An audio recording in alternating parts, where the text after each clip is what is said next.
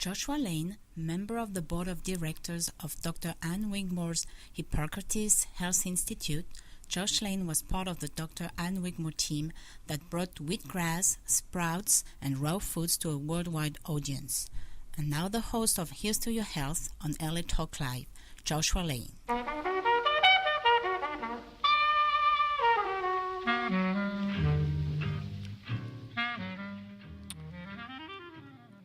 We're back. Thank you for tuning in to this edition of Here's to Your Health on the LA Talk Live broadcast network. I'm your host, Joshua Lane.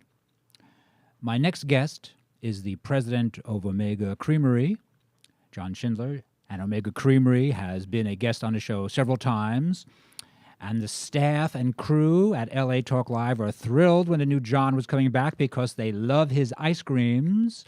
And John is going to use his fantastic vegan ice creams and milks to prepare some holiday dishes. John, welcome to Here's to Your Health. Well, thank you so much, Josh. It's really great to be back.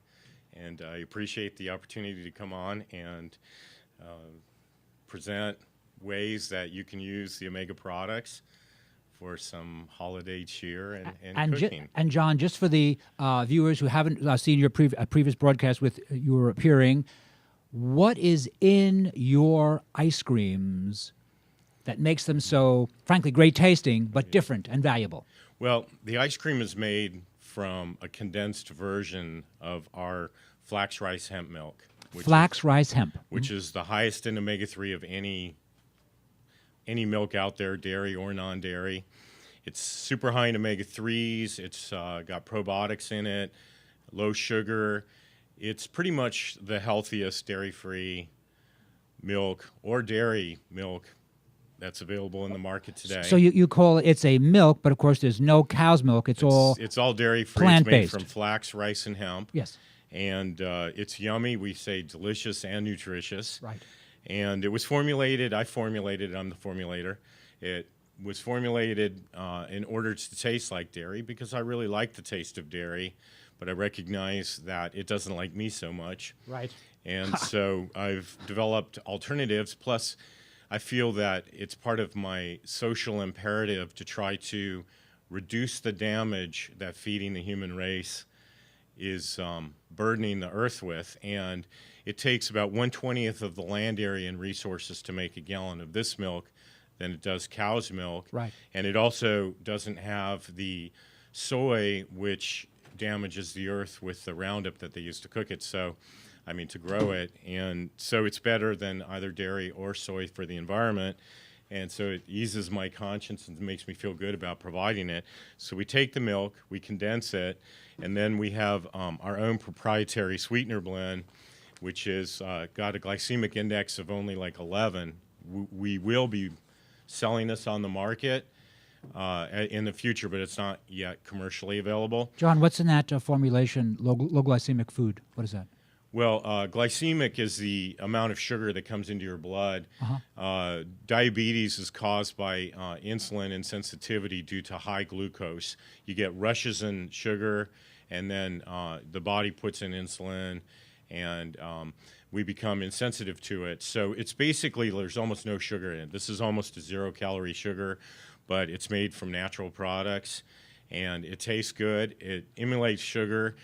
It's so popular with our core aficionados that I've been asked to sell it directly, and we have people buying it all the time. But so it's given us a motivation to put it on the market. Can you tell me, is it proprietary? Can you tell me what the ingredients are? It is proprietary, okay. But basically it involves the highest grade of xyla, which is made from farmed birch trees in a process that is as close to being organic or organically compliant as possible.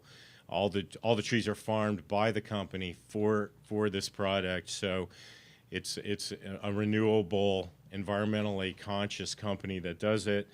And then we have raw coconut sugar in it, which has 300 times the minerals of raw cane sugar, and is a great source of minerals. And then we have a very special organic stevia in it, and so it's organic cane sugar. and the stevia doesn't have that normal stevia taste. And we formulated the whole sugar so that even people who don't like stevia like this sweetener. It has about twice the sweetness per tablespoon of sugar, and it has less sugar in it than a stick of celery, Wow. basically. And so, and it's antibacterial, antifungal, prevents tooth decay.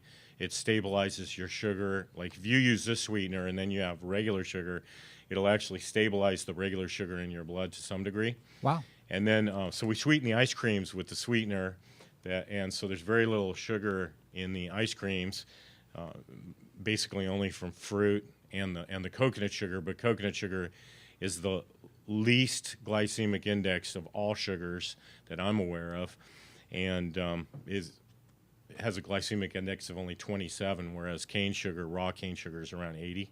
I see. And so then we also flavor them with superfoods, maca, lucuma, goji, acai. They're all full of superfoods and superfood flavored, And they're superfoods, probiotic. for example, the term maca, etc. So maca is a medicinal herb, is that it? Yeah, these are all medicinal herbs. Superfoods are basically foods that have extraordinary healing or nutritional components in them. Mm-hmm. Most of them come from the rainforest, but there are even indigenous superfoods around this area, such as the prickly pear fruit is a true superfood, and it grows in this area. And John, if I can ask you about the ice creams, which I personally think are fantastic tasting and also clean. That is, when I ate them, I felt good. You know, I didn't feel sick, and I thought these are great tastes. Now, before you did these ice creams and the milk, you were a producer in Hollywood. Is that what you did? Well, I did 15 years in the entertainment business as a line producer, sometimes a writer, director. I did an environmental documentary called Eco Mardi Gras, and a lot of music videos and stuff. But I also, before that, was in commercial real estate and learned, specialized in factories, distribution, manufacturing plants. I did an ethanol plant, converted a Red Star yeast plant to an ethanol plant when I was Here in the United States? Yeah, in Louisiana in my early 20s, and became an expert in distribution, and then I've been, so it's mainly been real estate, finance, and food, and entertainment and media. Well, okay, that seems like a lot. And on these clever beverages and ice creams, what prompted you to do this? Did you have health problems? Did you just think, no, there's a demand for this, or I want to put out a better product? What was the thinking? Well, I originally started working on milk alternatives that were high in omega-3s to keep my arteries clear because I have really high propensity for heart disease. And actually, the milk formula came to me in a dream. It was like the creator spirit woke me up one night at 2 a.m. and said, write this down exactly the way I'm saying it. I wrote down the milk formula exactly, like 0.2 grams of this. There was even ingredients in there I didn't even recognize. And I got the ingredients, I made it, and everyone was blown away. They were like, wow, you've got to sell this. This stuff is Right. so good. And I had this message that sort of said, look, you've paid your dues. It's time for you to have more abundance. And we can't write you a check, but we're going to give you something of value. Write this down. Oh, very nice. And that's how it came to me. Very nice. And we've been guided. I feel like there's been a hand of destiny, a hand of the divine in this. So I want to show you a few holiday Please, quickies yes, here yes. that you can use. The first thing I'm going to do, you have to forgive the plastic container Sure. here. It's not the prettiest thing in the world because I kind of spontaneously pulled this stuff together. But I'm just going to show you a real quick vegan eggnog. So you're pouring in the flax hemp rice milk. This is the original Omega milk, and it's the medium sweetness. Okay. There's no real sugar in any of these except for a little bit of coconut sugar in the vanilla. And coconut sugar is made from coconut meat, is that It's it? made from the sap of the coconut trees. The sap? Oh, my goodness. I had And no so idea. either a coconut tree is producing coconuts, or it produces the sap and the syrup, which is super high in minerals. Oh, I see. Mhm. And so they're dedicating trees to both, and it's so good for you that there's more and more coconut trees being planted and harvested for the sap, for the sugar. So what I just did is I took the vanilla ice cream, which has lucuma and noni and kava kava in it, which are all known for being relaxation, good feeling, superfoods. Mixed it with the Omega milk. You could use any flavor of the Omega milk. I'm just going to blend it with a little wand blender here. What kind of blender is that? And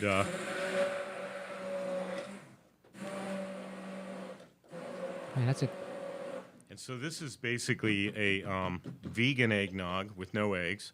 right. If you're not vegan, you can go ahead and put egg in it. And then this is nutmeg. And put in a little nutmeg here. Is that nutmeg ground? This is, ground Okay. organic nutmeg. These are all in bulk because I live on an organic farming community. And there's about 25 to 30 of us living there. So we buy our stuff in bulk Oh, sure. and without a lot of packaging. And so that was cinnamon. I'll blend it a little bit more here. And let you guys try this out. This is a nice alternative. And since there's very little sugar in the ice cream or the milk, there's very little sugar in the eggnog. So if you can give it to your kids and they won't wind up like the Ever-Ready bunny. Right. And it's highly nutritious. It's got a lot of superfoods, a lot of vitamin C. And Actually, why don't I come over there and volunteer my services? excellent. I think you'll like that. And then I'm going to make a couple other things. I'm going to show a quick way to make a mashed potato, mashed yam, mashed potato dish. Very simple. Another one of the products that we're intending on coming out with, but it's not yet commercially available. Excuse me, John, now that I'm back in my seat, I'd like to say that this is fantastic tasting. Fantastic Thank you. tasting. I can think of everyone would enjoy this as a beverage. Everyone would just like it. People would be shocked how clean the ingredients are, but they'd like it anyway. Excellent. So I just take these these potatoes and yams, organic yams and potatoes, were boiled to the point that they're soft, Yes. and I poured in a couple ounces of the Omega milk, enough to give it the right texture. This is Himalayan pink salt, which is the only salt we use. And in Why, all has a the good products. taste? Is that just has a It's, good again, taste? very high in minerals. Okay. And also this has some raw garlic in it. And then I'm going to put in here, rather than butter, we have another product called Omega Gold, which is not commercially available, and it's a combination of oils that take flax oil that are super high in omega-3s, but make it have a really buttery flavor, Okay. and it's a butter alternative. So I'm sorry, what's the ingredients again in that? Well, again, it's kind of proprietary, Proprietary, but it involves flax oil, some hemp oil, some walnut, and some toasted sesame in small quantities along with flax oil, and it creates a really buttery flavor to our own blend that I've created to go on vegetables and replace butter. Again, it's more environmentally friendly. It's super high in omega-3s. Uh-huh. It's about 62% by volume omega-3s, ALA, which is the mother of all omega-3s. Actually, I'm going to use just a whisk here, Yeah. and I'm going to whisk this. And this is going to be what kind of dish again? This is a mashed potato, Mashed potato. and but there's it's dairy-free mashed potato, vegan, and really yummy. And this is got some garlic in it, so it's a garlic mashed potato, and kind of get that going there. And a lot of times people like it just like this, you know, kind of a little bit rougher. Let's just chase out that little piece right there, where there's a little bit chunkier. So you can serve it either like this, or you can blend it. And I use these wand blenders. I've become quite a fan of the wand blender. We have big wand blenders, small wand blenders. We got wand blenders that can almost power a motorboat. Okay. And so, as you can see there, it makes it very creamy. And it's really yummy. And I'm not going to necessarily ask anybody to try that right now. But this is a really good vegan mashed potato dish. I like mixing yams with potatoes. I think it's That's very nice. really a good combination. And I'm going to set that over there. I want to give you guys some various holiday suggestions here, which are really yummy. And the last thing I'm going to make right here is this is actually a yellow pumpkin, and the more orange colored is also yam. And I'm going to show you how to make a pumpkin pie filling that's vegan. Fantastic. And you can also do this as like a pudding. This is actually a pumpkin spice that I've mixed. It's cinnamon, nutmeg, and cloves. And I've been cooking vegan and Ayurvedic food since I was about 9 years old. I had a yogini as a nanny when I was a kid. She got me into learning about herbs, nutritional food, and food as medicine. And I've been doing it all my life. And my mother was sick a lot, so I was cooking for my brothers, brothers and sisters. Even before that, from the time I was about 7, I was actually able to wamp up a dinner for them.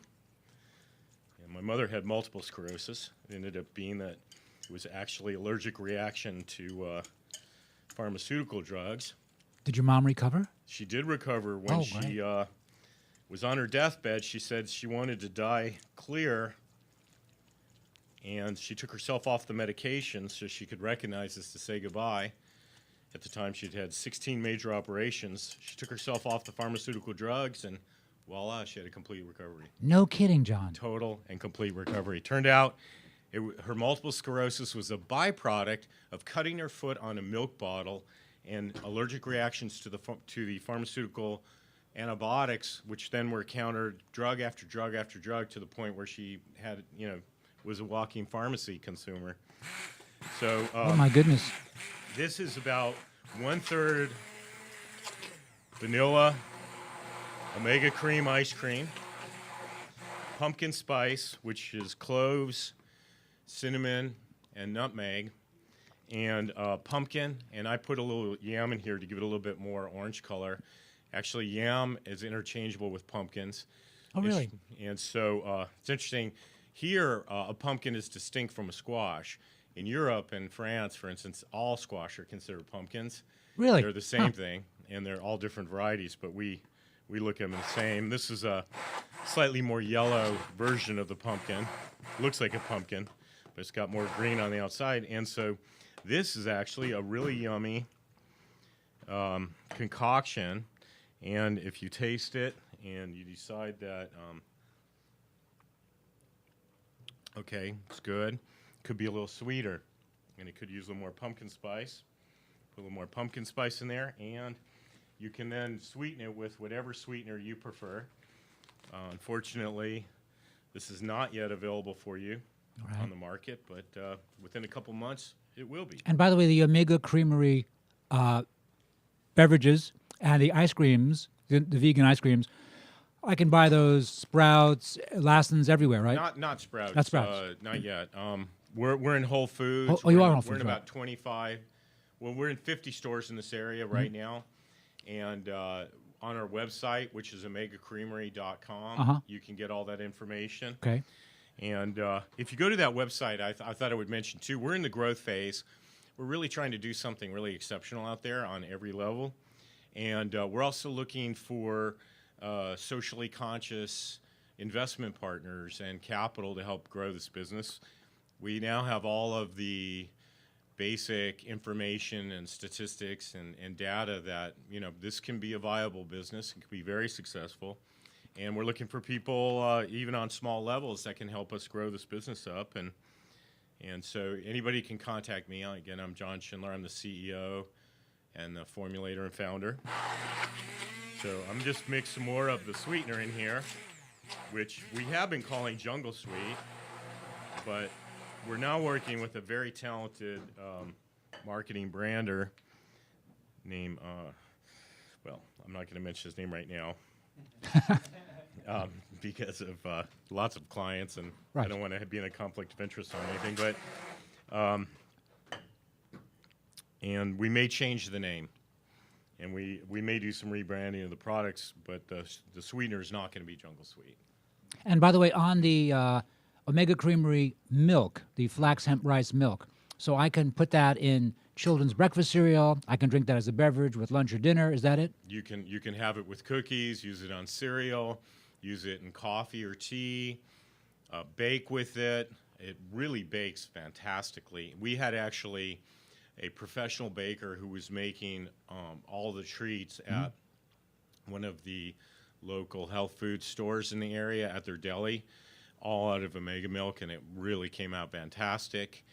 I make casseroles with it. You know, it works really well with, we mix it with things like polenta and squashes into casseroles. You know, it works well in all kinds of different dishes. If you're not vegan, on omelets or egg casseroles as well. And it's very versatile. I don't know if anybody would like to try some of this. Maybe bring Steve in here. Steve, a professional chef, would probably like to try it. Okay. Anyway. And do me a favor, while we're waiting for Steve to show up, so what are the flavors of the three? I see you have 4 different flavors or 5 different flavors of ice cream. This is Super Berry. Super Berry is the antioxidant formula, and it's maki berry, elderberry, goji berry, elderberry, strawberry, and raspberry. And it's a true super red antioxidant formula, and it's tastes like a really good berry ice cream.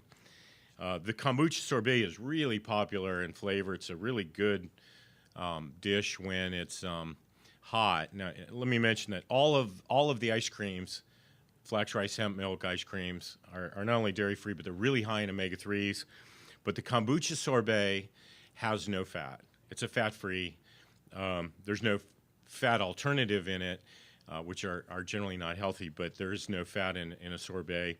And this is passion fruit, hibiscus, and kombucha. It's a major probiotic, and all of them contain probiotics, functional probiotics on a very high level, the best probiotics we could get. And that one is passion fruit and hibiscus. This is hemp date nut. This is a real super green. Yeah, that was a big hit here. We love that, Thank actually. you. It's really popular. This has chlorella, spirulina, blue-green algae, nettle, and barley grass as a super green, so it's really a potent super green.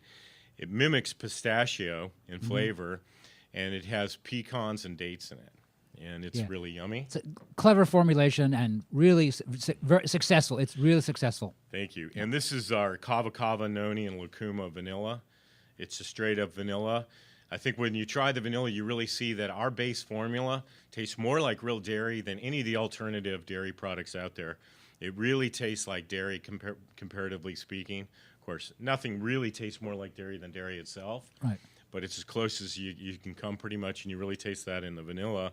And this is our chocolate crunch, which is maca and suma, along with walnuts, and it has granola in it. Rolled in chocolate to make chocolate crunches, and walnuts in it. And it's very popular. It's our #1 selling ice cream. Which one is that again? This is the chocolate crunch. And may I ask you, what are the calories like on the vegan ice creams? Well, all of these are less than any of the competitors because there's no real sugar in it. Right. There's basically our sweetener is almost 0 calories. It's like 2 calories per tablespoon versus 100 or 75. Sure. And so since we've eliminated that, we've eliminated a lot of things. Plus, all of the fats by volume are approximately 64% omega-3s. So they're all good fats. And if you can bring your fat ratio to 33% omega-3s, you're going to be way, way healthier. You're going to keep your arteries clean. Your joints are going to be more flexible. Your nervous system will regenerate better. So that should be the real goal, is actually to get your total omega-3 count as a volume of your total fats above 15 to 20%. And the closer you can get it to 25% or over, again, the more healthy you'll be and the more benefits you'll have. There's been a lot of controversy, I think, spread about some omega-3s, and I think that's because they've been catching on so much and helping people so much that some of the competitors have put some stuff out. And one of the things that's been out there is, for instance, that ALA doesn't have the same medicinal benefits as CLA, EPA, and and the other. There's 3: epistolic acid, conjugated linoleic acid, and ETA, and these are 3 more complex omega-3s, and that they have more medical benefits. And it's true they have more medical benefits, and they come from fish oils, but fish oils are being contaminated from things like Fukushima, right, and the dispersant in the Atlantic from the Gulf oil spill. Right. And so they're saying that a certain amount of omega-3s are leading to prostate problems. Well, I think it's the added toxins coming in Yes. from the fish oil. Yes. But the other thing they're not telling you is that ALA is the mother of all omega-3s, and EPA, CLA, and ETA, they're all made from ALA. The body can manufacture these secondary omega-3s from ALA, but ALA cannot be made from anything. You have to consume the ALA. Right. And that's the mother. So that's the mother molecule. And in general, when your body can manufacture something from the source material, you're better off letting your body manufacture it, for instance, like hormone replacement therapy. You're better off giving your body the precursors and letting your body manufacture the right amount of the hormones versus taking them in large doses and overdosing on them. Right. And I think it's true with the omega-3s as well, that you really want to stick with getting a lot of ALA. And these are, ALA and omega-3s are anti-inflammatory, arterial cleansing. They help prevent tumors and cancer, and they are basically the regenerator of the nervous system. And it's proven that kids who are given it will have higher IQs, generally 5 to 10 points higher if they have a lot of omega-3s over kids that don't. Right. I've heard that. John, if I can ask you a personal question. After your mom recovered on her deathbed, did your mom have any longevity? She's doing fine. She's blowing and going. She actually, 10 years after her total recovery, I remember we were at the tennis club, and a lot of the men were betting who would win the ping pong tournament. Pretty big tennis club. There's about 100 guys to join. My mother beat them all. Fantastic. Won the ping pong Fantastic. tournament. And she has become a real fan of natural healing. So I actually learned a lot of stuff from her as well. She tries every new supplement you can imagine. She has stacks of supplements. Well, that's really in an her house. amazingly dramatic story. Frankly, a deathbed thinking, okay, I'm gonna take a break from these medications, and it turns out the problem was the medications. It's just quite remarkable. Well, the number one cause of death in America is poor mismedication and medical screw-ups. Right. And so, Unfortunately, that is actually accurate. Yes, I think there's at least 100,000 deaths a year from people who are taking medically recommended pharmaceutical meds. Right. yeah, it outweighs like all the plane crashes and car crashes, and more people go from that than smoking cigarettes, actually. Right. So it's a challenge, and that's why a lot of people are trying to stick to natural remedies. And so you feel really that you and your organization are part of a wave of ideas to have great tasting product, but just really much better ingredients. Is that it? Just a very simple concept. We've coined the term fully functional foods. Oh, And nice. fully functional foods to us is foods that have extraordinary healing and nutritional principles without the bad ingredients. So it's like none of the bad, all of the good. And I created a nonprofit called Nature's Blueprint, and it's sort of a foundational thing here where we're out to formulate for the health of people, society, plants and animals, and the ecosystem and the planet, where we look at everything as a whole and delve down to find the blueprint that's hidden in the genetics and in the periodic table, in the formulas and the algorithms of life. The code and the map of being integrated is there. And I think hopefully we'll integrate with our higher purpose and realize that we're really meant to be caretakers of the world and not consumers of the world. John, and that sounds I think great. is our higher destiny. That sounds great. And John, as we wrap up the interview, please tell us once again where we can purchase Omega Creamery and how to contact you. Well, the best thing is omegacreamery.com, omegacreamery.com. And if you send an email to sales or any of the email boxes, I will actually get it personally. and I read every one of them. I respond if anyone wants to be involved with us as a partner on any level, bloggers, food influencers, schools who want to try the product. One of our outreach programs is we want to give this product to cancer patients. We found that people on chemo really respond highly to it. I have numerous testimonials where people, were nauseous and couldn't eat hardly anything, and they practically were living off this. And doing well. We had a little girl who had a continuous stomach ache for 8 years, and it went away after 3 weeks of eating this product. Wow. Well, John, that's remarkable. John of Omega Creamery, thank you for being a guest on Here's to Your Health, and have a good holiday season. Thank you so much, Josh. It's always a pleasure. Thank you, John. You've been listening to Here's to Your Health on the LA Talk Live broadcast network. I'm your host, Joshua Lane. We're going to take a short break, and we'll be right back after these important messages.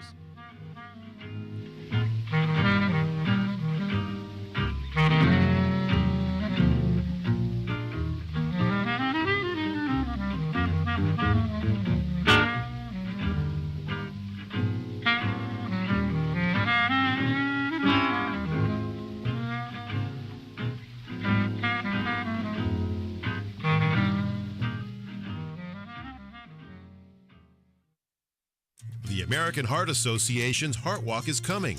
Bring your family, bring your friends, bring your coworkers. Help yourself and those around you to live longer, healthier lives. Form a team today and walk to help the American Heart Association defeat heart disease and stroke, two of the nation's leading killers. For more information, visit heartwalk.org.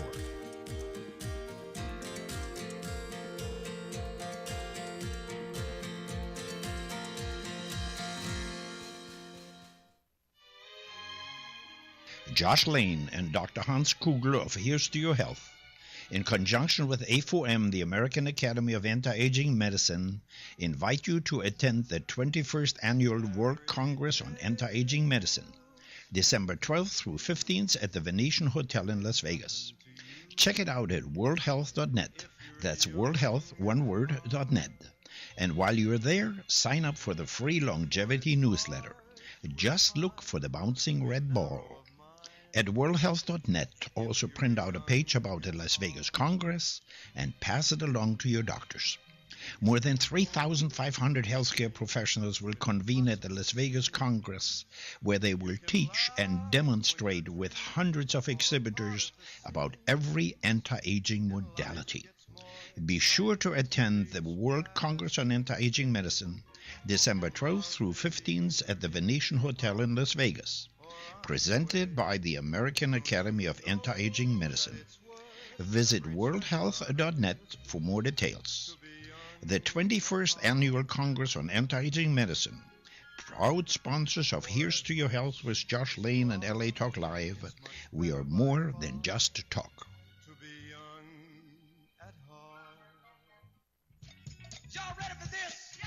Hi, I'm Jerry Bell of the Daz Band in New Birth. And I'm Brahima Arsalan, inviting you to join us every Wednesday at 2 p.m. Pacific Time for Jerry Bell's R&B Soul Classics, baby. Join us as we play some of the greatest hits of soul and R&B and listen in to interesting discussions with the legends of the music. So don't you forget, join us on the Jerry Bell's R&B Soul Classics. You'll love it. Exclusively on latalklive.com. You can also catch us on iTunes Radio, R&B, Live 365, Radio Flag, and now Stitcher Radio. Or watch us and listen directly at latalklive.com, baby. Reality radio handcrafted for your listening pleasure. This is LA Talk Live, and we are more than just talk, baby. We're music.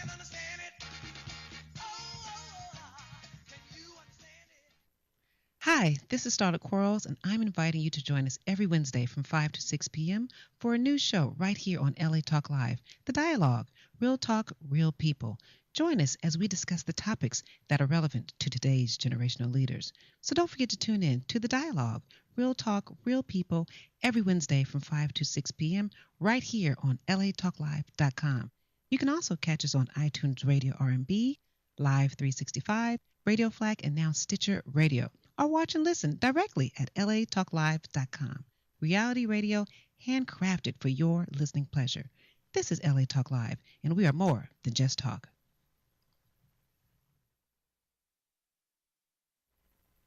Joshua Lane, member of the board of directors of Dr. Ann Wigmore's Hippocrates Health Institute, Josh Lane was part of the Dr. Ann Wigmore team that brought wheatgrass, sprouts, and raw foods to a worldwide audience. And now the host of Here's to Your Health on LA Talk Live, Joshua Lane.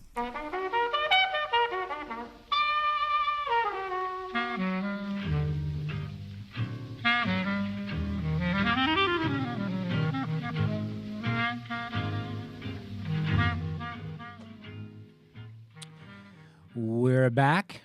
Thank you for tuning in to this edition of Here's to Your Health on the LA Talk Live broadcast network.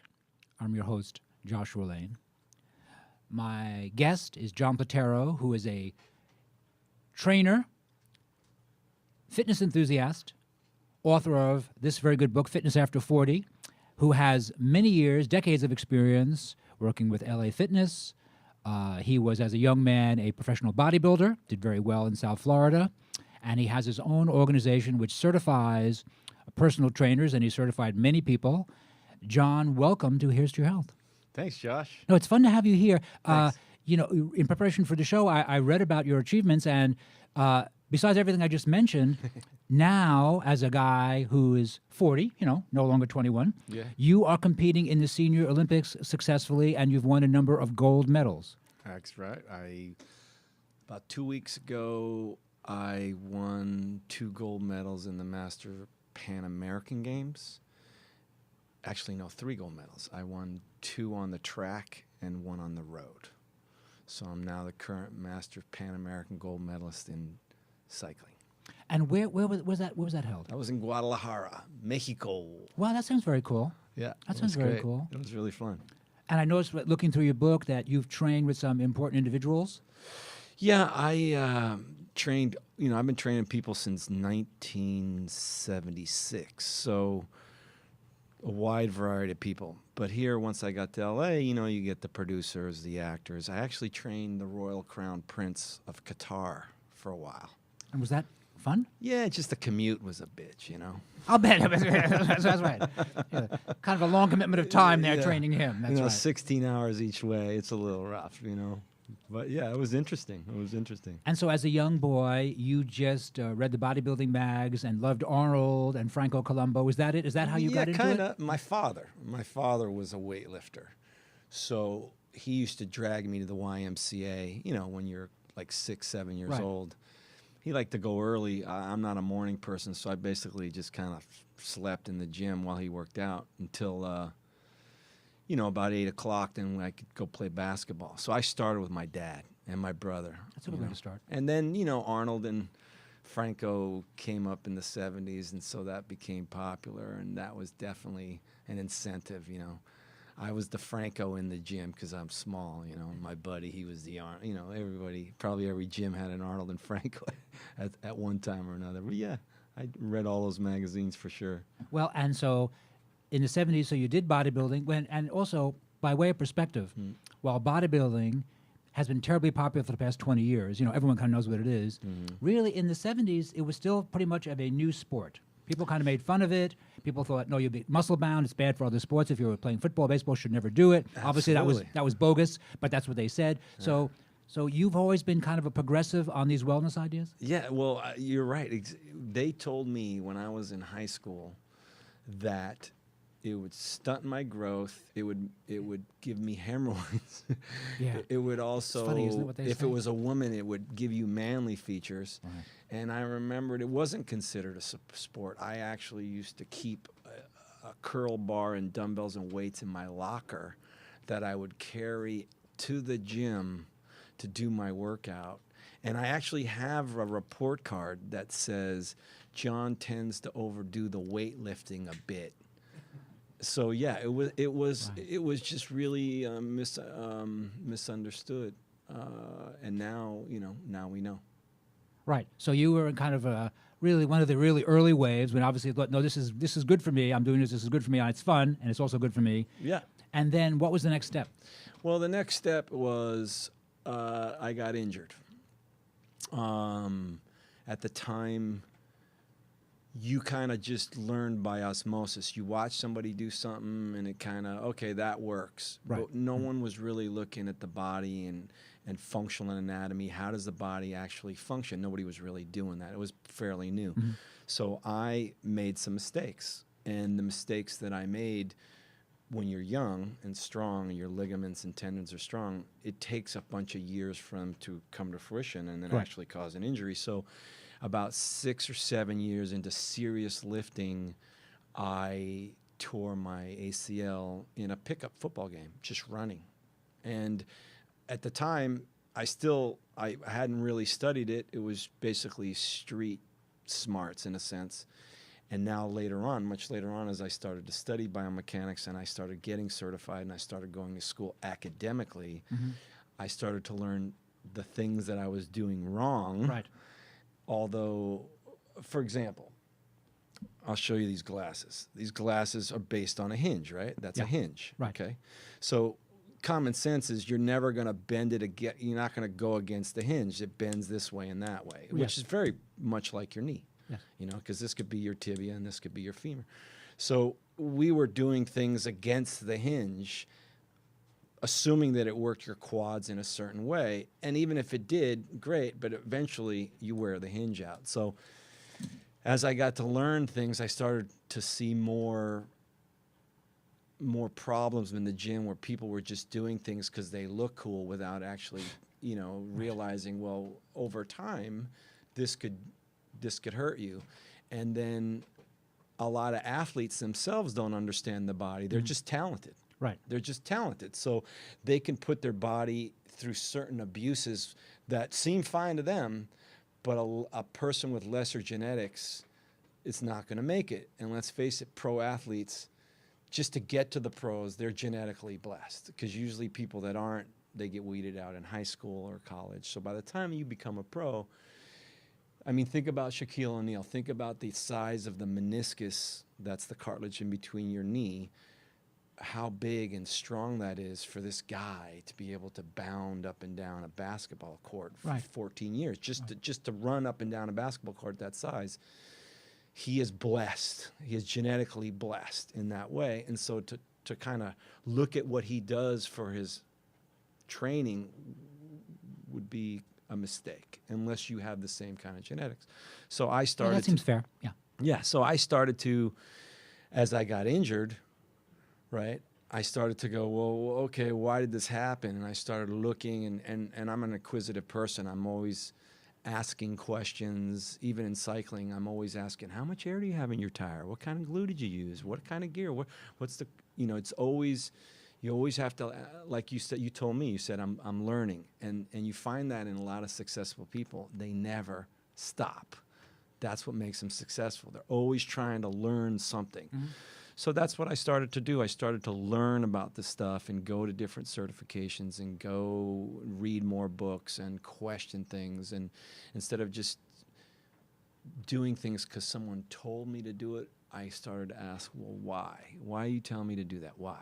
And then started to look at the science. And I would actually, when I would go to a certification, I look at the bibliography that the author provides for his materials. Right. And then I would read, I'd look to those books to see where that certification or presenter was getting their information so I could read their background. Good for you. Right? And then now I could come and I go, well, okay, I'm questioning. If I have a question, now I'm backing it up with where they got their science, and that's how I started writing and not so much reinventing the wheel, but trying to put it in a practical way for trainers, because that's where I come from. And a lot of times you'll see in the industry doctors or physical therapists or people like that writing books, and they're very knowledgeable people, but a personal trainer comes from a different aspect. They do, yes. When you go to a doctor or a physical therapist, you're usually hurt. So you have a lot more motivation. As opposed to when you go to a trainer, a lot of times the trainer, they're not hurt. So now this is more of a voluntary purchase. It's Yes. so Right. the trainer has to keep it kind of fun, and he has to keep it kind of interesting, and he has to get results, or she has to get results, because it's not pain driven. Right. So I tried to kind of come from that world, because I come from that world, and I came up in the world of training people in a commercial facility, not a community setting, not a medical setting. And in a commercial setting, if any of you guys worked out in a Gold's or a 24-hour in LA Fitness at like 6 o'clock at night, it's crowded. So now you have this person who you're trying to personally give personal attention in an environment where there's people walking by you and grabbing your weights, and so there's techniques and tactics of how to survive in that environment. So that's how I started to kind of carve out a little niche for myself, in a sense, in this education world. And so the stuff that I bring to the table, to me, is more common sense. I look at the science and I look at the academia and I study it, but then I try and bring a common sense point of view to it. And you, excuse me, at this point, you spent 8 years as an executive. You trained personnel for LA Fitness? Yeah, when I was the national director for LA Fitness for about 8 years, and what we did was I ran the personal training department. So all aspects of that, the pricing, the marketing of it, the tracking of it, the education of it, the hiring processes of it, what uniforms they would wear, that kind of stuff. So that's kind of, but I come from the trench. I come from that environment, as opposed to, I wasn't a sales guy, or I wasn't a manager. I was just a trainer who could close a deal. And that's what companies like. Right? Because if you're a personal trainer and you're not training something, you're basically eating up the clock. So a company wants you to be training someone, because if I'm training someone, that person's really paying my salary. So now I'm no cost to the company. So the idea is to get trainers to work. And so there's certain, techniques and personality traits and methodology, or what there's just certain knack to that. And I had that knack. You got to be a people person. You got to like people. And so with all that training in various clubs, you at one point decided you had enough information, enough experience, you're going to begin your own certification program for personal trainers, which I assume is actually very successful. Yeah, it is. It didn't start like that. What it started is I was trying to recruit more people into the clubs to become trainers. And at the time, it was the beginning of personal training. Like when I started training people, that personal trainer didn't exist. We didn't use that word.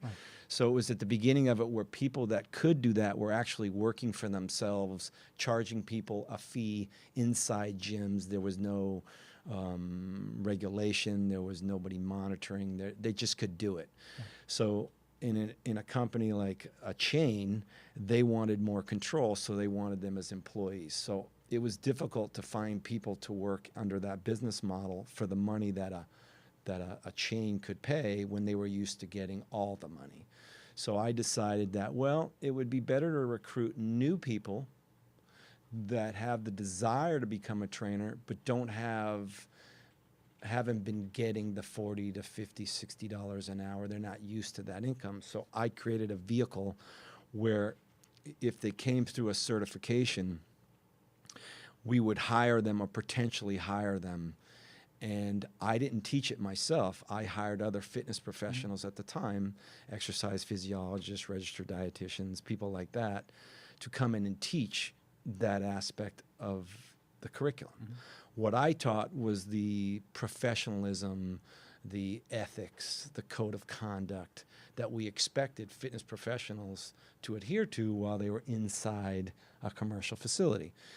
Well, after years of doing that, the curriculum would change. And, we would learn more and I would write more. And after 3, 4, 5, 6 years of listening to these professionals, and at the same time educating myself more and more, going to more certs, going to college, I found that I could do the lecture myself. I didn't need an exercise physiologist to teach exercise. I could do it myself.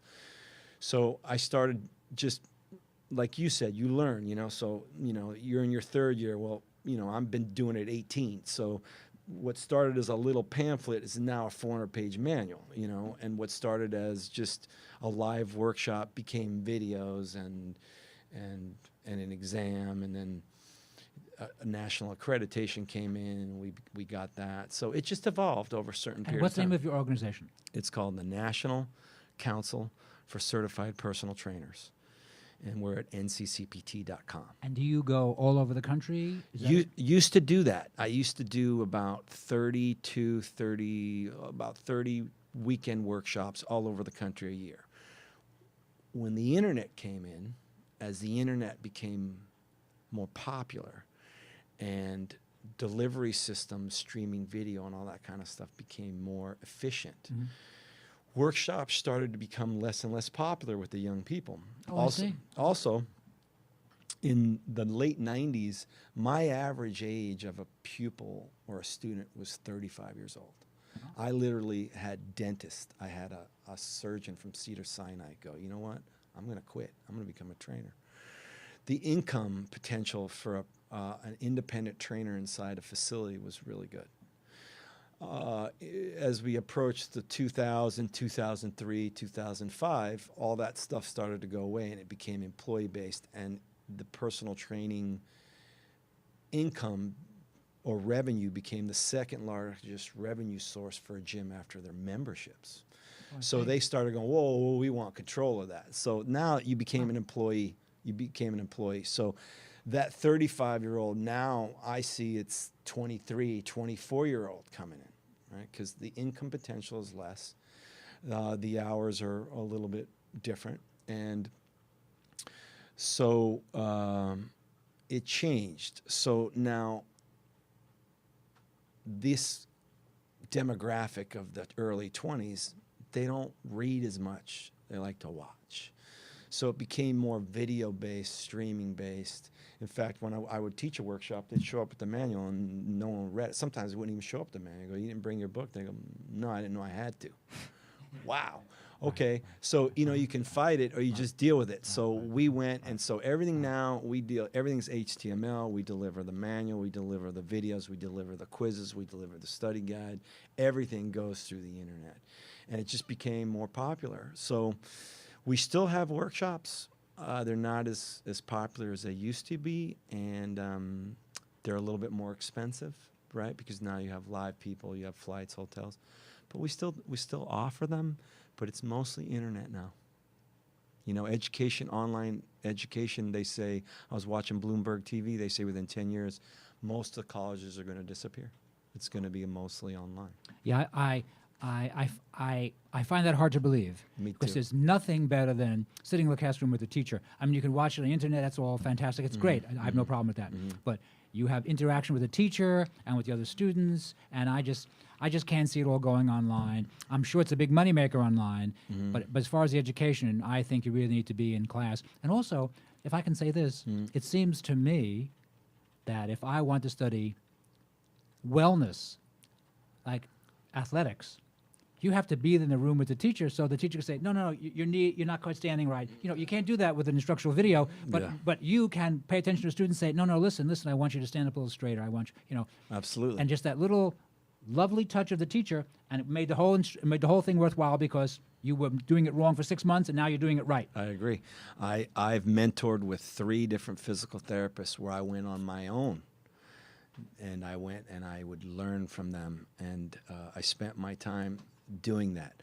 The problem is, for example, I just finished a dual master's degree. It was $60,000. Right. Okay, so problem is for a personal trainer is average income is not great. So for them to go to a 4-year degree to come out and make $26,000 a year, it's difficult to do that, to require that to someone to go, I'm going to put you in debt $80,000, $100,000, which you'll never get out of. So it's a quandrum. It's like, okay, yeah, we want them to be better, but then at the same time, we're not paying them enough. Right. It's like when I listen to this healthcare thing, and everybody's talking about, okay, should the insurance, who should pay? Everybody should have insurance, but there's two other things that we're missing. First of all, like I got hip surgeries, and they charged me $500 for 2 pieces of foam and a Velcro that Velcroed my legs together. I mean, literally, it probably cost them $25. So now we're going to argue who's supposed to pay for it, the insurance company. That's a ridiculous argument. The argument is you're charging $500 for a 25-piece of foam.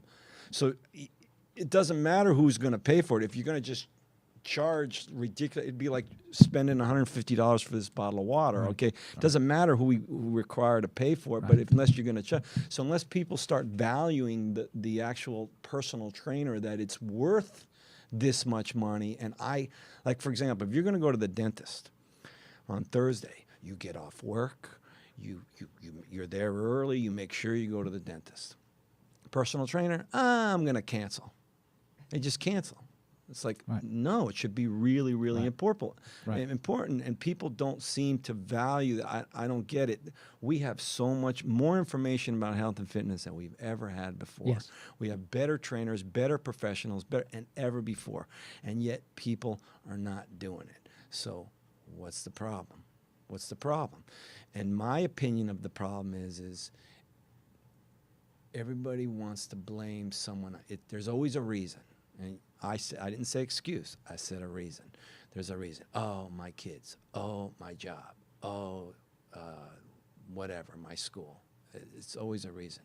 But every one of the billionaires that I've trained, every one of the producers I've trained, every one of the successful athletes that I trained, every successful person that I train has the same 24 hours they do. Same, exact same hours. All of them work their buns off. I haven't met one successful guy or woman that didn't bust their buns. I mean, 17 hours a day, reading in line at the post, whatever they had to do. Everybody busts their chop. So somehow or another, they figured it out. So there needs to be some accountability. And unfortunately, it seems like we reward the slackers. And I don't understand why we do it. It seems cruel. Like, I have 2 buddies, and I love them dearly, and they don't work, not because they can't. They just don't want to. All right. John, let's hold that thought. Speaking with John Platero, personal trainer of personal trainers and author of this important new book. And we're going to take a very short break, and we'll be right back after these important messages. John.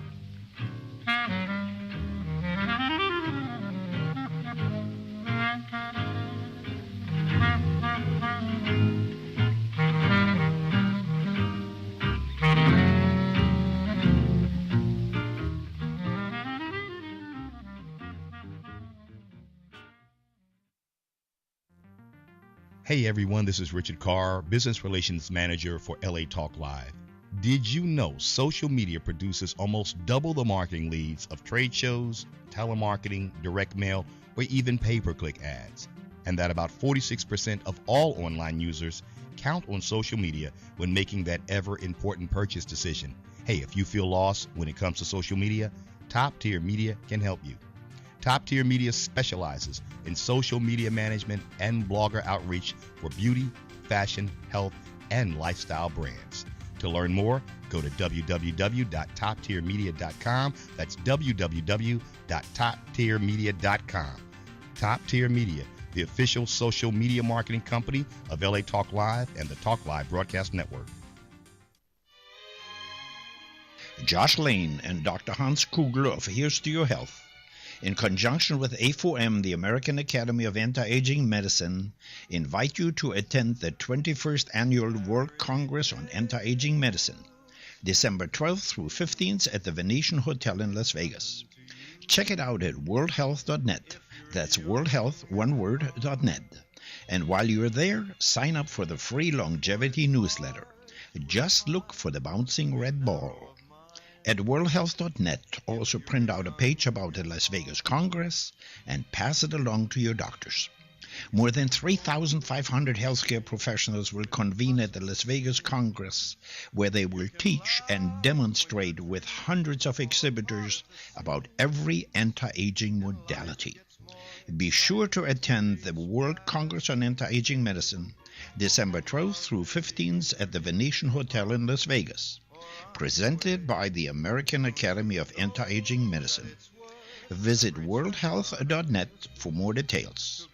The 21st Annual Congress on Anti-Aging Medicine, proud sponsors of Here's to Your Health with Josh Lane and LA Talk Live.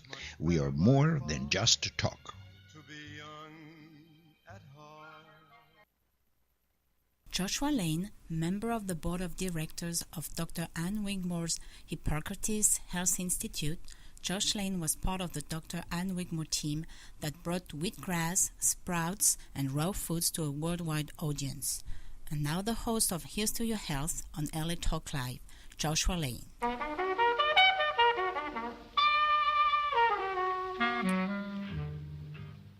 We're back. Thank you for tuning in to this edition of Here's to Your Health on the LA Talk Live broadcast network. John Platero is our guest, holding over for another segment. John has a lot of intelligent stuff to say about wellness and doing it for a very long time. Now, John, of all the things you've said up to right now, let's say one of my listeners decides, okay, I really would like to work out with a personal trainer, or would like to do some physical fitness stuff, or I'd like to be more conscious of what I was eating. How can they start out? Okay, three main things. Eat tons of sugar, preferably refined. Don't sleep at all. And when you do any exercise, forget it. Just sit on the sofa. Those three things. Okay, no, I'm just kidding. Okay, and so obviously now from your perspective and from my perspective, eating sugar, not exercising at all, and not getting enough sleep, those really are major mistakes. And they seem perfectly obvious to you or to me because this is what you do professionally. Right. But a lot of people would think, really, sugar's bad? There are people you run into who think, really, I shouldn't be drinking soda? Soda's not a good idea? I didn't know. I'm not making a joke, and I'm not making fun of some people, but some people, really? We had never heard that. I find that hard to believe. I mean, first of all, there's a soda tax in Mexico. I guess they don't read the paper. Oh, yeah, they just started that. Okay. I think they started that. Jack LaLanne's been saying that. He's been saying that forever. But he used to call it soda pop. Yeah, and diabetes. I mean, that comes from sugar. Type 2 diabetes comes from, eating too much sugar. So what you're saying now is that, in other words, these ideas that you have found to be valuable are easy to implement. They're easy to implement. Right, okay. It's just, in fact, it's just. I can't believe they can't. It's somehow or another, either some people can't do. I don't know why they can't do it. It doesn't mean you don't ever eat sugar. It means that you need to change your relationship with it. Like, it shouldn't be every day. You have to get enough sleep. You just have to. There's so much. Read my book. There's so much information, so much science to base on sleep, on how it helps cure disease. It helps you not age.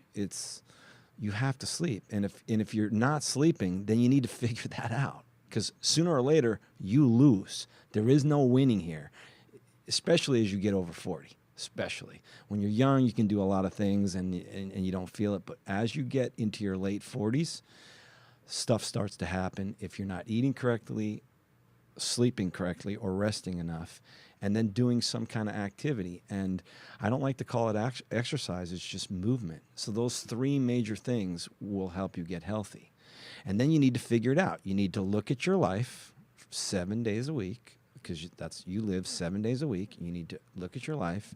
And then I would suggest writing it down. Like, when are you going to fit in activity? How are you going to eat? Like, if you were creating a financial plan or a business plan or anything else, it can be flexible because life changes, but you have to figure in your 7 days, when are you going to create activity times? How are you going to eat? You need to think in advance so you can make your foods in advance. There's a lot, it needs to be a concern. Like, you think about your rent or you think about your children, it needs to be in forefront in your mind. If you're not thinking about it, It's not going to happen. You have to think about it. And so writing it down is a good start. That's a really good start. And what exercises do you favor for a person over 40 who spends most of the time as an accountant, working over their numbers? And so how could that man or woman start out? What do you suggest? There's a guy named Paul Chek who I study, and he came up with this saying or this term called primal movement patterns.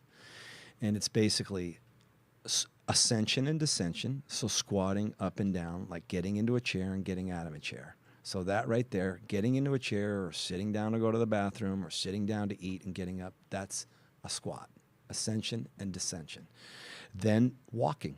Walking is another primal movement pattern. So that's one leg moving and the other leg in a stance phase. So whether you do that in the stairs or on a hill or down a hill or side to side, it doesn't matter. It's just you're using this primal movement pattern of biolocomotion of gait. That's another primal movement pattern. The other would be to push something, and you can push it at chest height. That's fine. You could do it standing or laying down. I prefer standing because you have ground reaction forces. So pushing and then pulling. My suggestion is to pull from different directions. Pull from the ground, the direction of the ground, pull from straight out of you, and then pull from above, like if you were pulling yourself up to a limb of a tree or you were climbing a hill. So that's another primal movement pattern. And then a rotation, rotating, and whether that would be rotating your arms to bring in a hose or rotating to get dishes out of a dishwasher or some kind of, or rotating to get in and out of a car. That's another primal movement pattern, is rotation. So you have ascension and descension, walking or single leg stuff, a push and a pull, and some kind of rotation. And if you just did that without a weight, you got up from your chair and you squatted down 10 times, and then you just, stood in place 10 times, and then you pulled back your shoulders for a few seconds, and then you pushed against your desk, and then you just twisted like a washing machine, and you did that like 3-4 times a day, it would limber you up. Right. Okay? It's not going to get you in shape. So anybody that tells you that you're going to get in shape in 10 minutes a day, give them the number of someone you hate, because it's a dumb thing. You can't get rich in 10 minutes a day. You can't get a college education in 10 minutes a day. You can't do a good job in 10 minutes a day. There's absolutely, otherwise I'll give you a heavy bar of soap, and in the shower, you can get in shape. Okay, unless your shape wants to be a big circle. That you can do in 10 minutes a day. All right, John, that seems very fair to me. I completely agree with you. Uh-huh. And now so since you've been doing this when your dad took you to the gym, so you've been doing this really for a very long time. Like 40 years. And you would say now that we who love exercise or love eating carefully or love talking about the environment or love all those important subjects, we know a lot more now than we did, say, in the 70s. Mm-hmm. So is there anything that you're doing now that you weren't doing, say, in 1978 that makes you kind of smile because it seems so obvious now, but you didn't know it in 78 or 79? Absolutely. Now, one thing you have to realize is that something that is inevitable is change. So whatever you're doing at 19, 22, 29, 35, 42, your life changes. Right. And if you think about just all aspects of your life, relationship-wise, financial-wise, physically, everything changed. So you have to realize that you have to constantly be aware that you're going to change. Things are going to change. And based on what happens into your life, we're all different. Your injuries, emotional, psychological, financial burdens, things have to change. And I'm talking about sleep, nutrition, and movement. Those three major things have to change. So for me, what I've learned is that when I was 19, 21, 22, as huge meat eater. And I love food. So I love anything with an I on the end of it. Pepperoni, pastrami, linguine, all those things, salami, anything with an I love it. I love French fries. So I'm going to continue to eat those types of foods, but I need to learn when. I have to change my relationship to them. So instead of eating hot dogs every day for lunch, which I used to eat 4 to 6 hot dogs when I was 19 every day for lunch. It was easy to do. I can't do that anymore. So now a hot dog might be more of a reward for something that, hey, you know what? And I just did a 70-mile bike ride, 5.5 hours, and I climbed 6,000 feet. Now, the best thing to eat would not be a hot dog. But I like hot dogs, so I'm going to have a hot dog. So I found that as I get older, I operate better with less amounts of food. The amount of food that I eat is much less than I was when I was in my teens or 20s. And I find that whole foods, natural foods, vegetables, fruits, foods that come from the earth seem to benefit me better. I feel better. Still love a great steak, still love French fries. I love all of that, but you have to change. You have to be wise. You have to realize that as your body changes, you must become wiser. You need to warm up before you hit baseballs. I love to go to the batting cages, but I have to warm up. Like when I was a guy, 20 years old, my warm up was just my first set. That was it. That was my warm up. Now I go through, and I actually have it on YouTube. It's called, if you YouTube my name, it says John Platero, you'll see a thing called Total Body Tune-Up.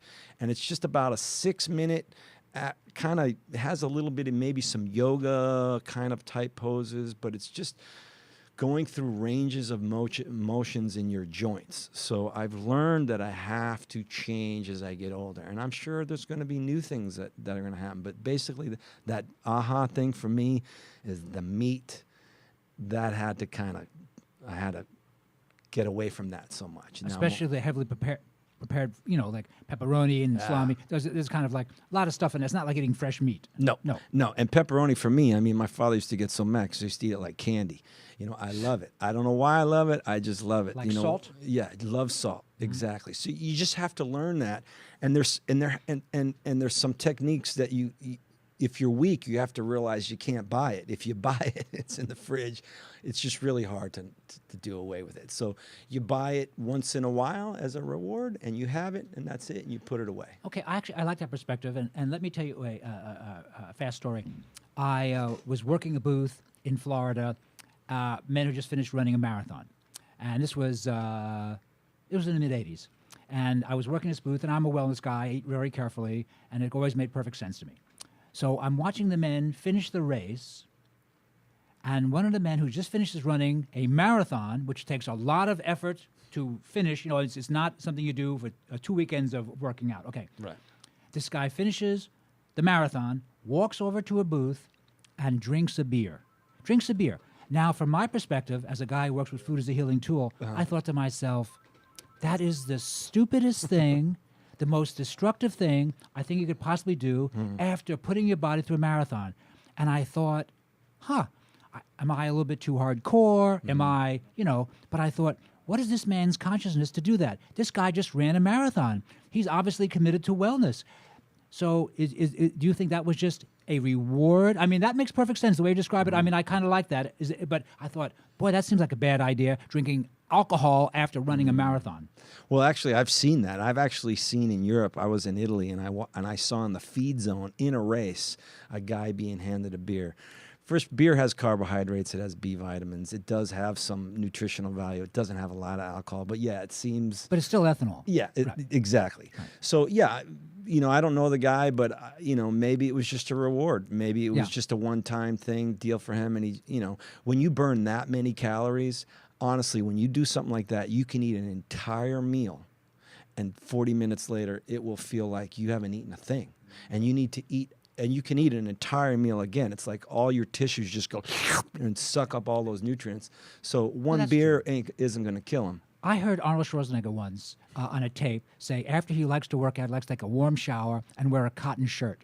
And I thought to myself, that was one of the nicest things I ever heard Arnold say. I thought, exactly, you work out, you take a warm shower, you wear a cotton shirt, you kind of hang around the house a little bit. Seems great. But to drink a beer seems, bang to the body. I mean, like, what was that guy thinking? I don't know. I'm lucky. I have never liked the taste of alcohol. One thing is I was a drummer. I was a professional drummer for 25 years. And so I was around alcohol a lot from as a little boy, but I never liked the taste. And I hear people all the time going, oh, wine. And I tasted it tastes nasty to me. So I'm lucky in certain aspects where those things don't pull me, but the French fries and the meat and that kind of constantly is always it's a challenge for me to do that. And in my sport, in cycling, I was not blessed with a really good aerobic engine. I was a baseball player. I was a football player, real short spurts. So cycling is a longer distance. So for me, it takes a lot of dedication, a lot of weight loss, a lot of training to be good. Where for some people, like for drumming, it's real easy for me. I can just do it. Baseball, I can just go hit baseballs. But for cycling, I literally I started doing intermittent fasting. And if you research intermittent fasting, there is tons of research on the benefits of that. In fact, You mean like one day of just drinking herbal tea or something? absolutely. Like, so I would eat a nice dinner on Sunday night, basically like my last meal. I'd eat steak and everything.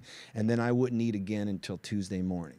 So that whole day, Monday, which is the busiest day of my week, and I'm so busy, I would just drink water and tea or herbal teas or something. That's like actually a that. smart move, in my opinion. Yeah, it's unbelievable for me, and this is just purely anecdotal.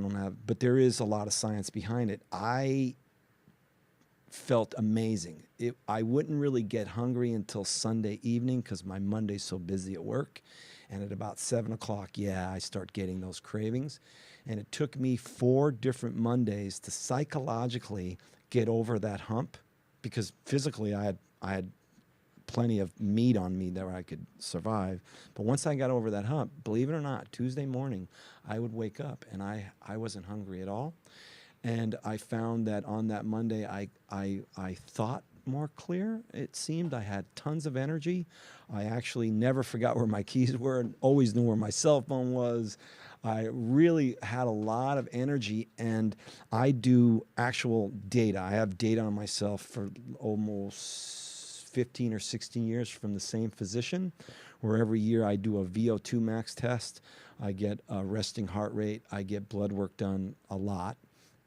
And it turned out... Just because you want it done because you want documentation to use as an athlete? Is that why? Well, I find that people will say things, and I find a lot of my clients that were very heavy would say, I feel great. Right. And it's hard for them to understand. It's like if I gave you $100,000 or $250,000, you would go, I feel great. But you've never had 25 million. Right. It's a big difference. Like, so you can't possibly understand what 25 million feels like and be able to give money to your friends and help others until you get there. Right. And it's the same thing. They feel good, even though they're 200 pounds and 5'2" and morbidly obese. They feel fine, and a lot of them can pass blood pressure tests, cholesterol's fine. They're just overweight. Right. But until they get to what I call the razor's edge for an athlete, where you're on the edge, where you're so fit that you're on an edge of getting sick, but being like world class.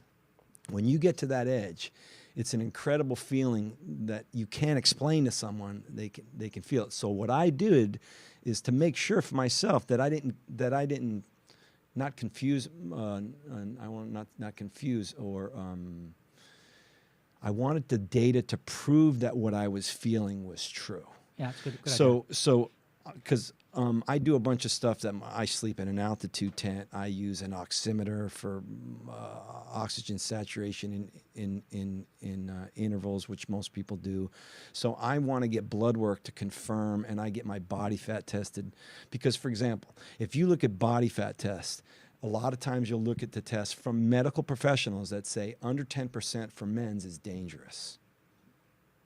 And it's like, whoa, I've been never 10%. I've been 3.5%. So excuse me. So is this just a new area in which the medical professionals are wrong, much the way in the 70s Just behind. They were wrong about weightlifting? They're just behind. Okay. So you want to go on record and say, okay, good. So what I do is I try and get data right from the doctor, so I know that the data that I'm feeling good is matched by the actual numbers, the cholesterol, the hematocrit levels, the iron levels. So I have proof of what I'm saying is I feel good, but here's proof that this is where I'm at, where I'm feeling good. So I've been doing that for 15 years so that I can kind kind of just proved that. So by doing intermittent fasting, I went from the same body fat percentage, which was about 4 to 5%, and I went from 167 pounds to 150 pounds, the exact same body fat. So in essence, I lost 17 pounds of muscle, which most people would go, are you nuts? But for cycling, the muscle that I lost wasn't specific to my goal. So it's a goofy goal, right? I'm trying to become a guy who can pedal in circles really fast. So now I just I can show this is how I increased my VO2, which supposedly you can't do after a certain age, and supposedly... But you know you can. You can. I just did it. I just proved it. I did. At age of 52 years old or whatever, I increased, and I was already... By the way, are you 52? I'm 55. Well, let me say this, since I'm sitting right across from you, since I do this for a living. Yeah. You really look much more youthful than that. Good. Thanks. I had some good coffee this morning. Yeah, no, you look You much guys more, gave me good you look coffee. much more. Thanks. Yeah, the coffee actually is actually Yeah. good. No, you look very youthful. And so because as a young man you did weights and now you seem to enjoy cycling, do you enjoy cycling? Is it the aesthetics of cycling? Is it the physical, the prowess that you get on cycling? Is it just you want to beat the other guys? What is it about cycling? Because you came to that late, right? I came to cycling late because of the injuries that came from, basically I found out from lifting incorrectly. Mm-hmm. And in the book, I show you some really common things that people do still. And I see it in a magazine. There's a magazine I just saw today. It was a GQ magazine where there's a pro football player teaching you an exercise which in our organization, does not recommend. Right. It's contraindicated for the knee, and he's recommending it. So, yeah. So I still, I came to it through injury, and then I moved to California. I Yeah. mean, California, how can you, what are you going to do? You're going to stay inside? Give me a break. You're outside. So I picked a sport that I could do outside. I also like sport that with cycling, you can go a fairly good distance. So when Right. you travel to Italy, instead of being in a car, you're in a bicycle. You can smell it, see it. You get lost. You don't have to go the traffic. These are medieval cities. You can stop, turn around. I love it. It's dangerous, which I like in a sport. Unfortunately, it is a little dangerous. It is really dangerous. I never was really drawn to golf or tennis. I like some danger. I like speed. And it was the only sport that I could do with my knee injury competitively. And I like to compete because I find that sports and music, I call them both the great equalizers. Because it doesn't matter whether you're rich or poor, white or black, pretty or ugly. It doesn't matter. In a sport, it only matters if your tire comes across the line first. They take a photo, you win. Right. And in music, it's the same way.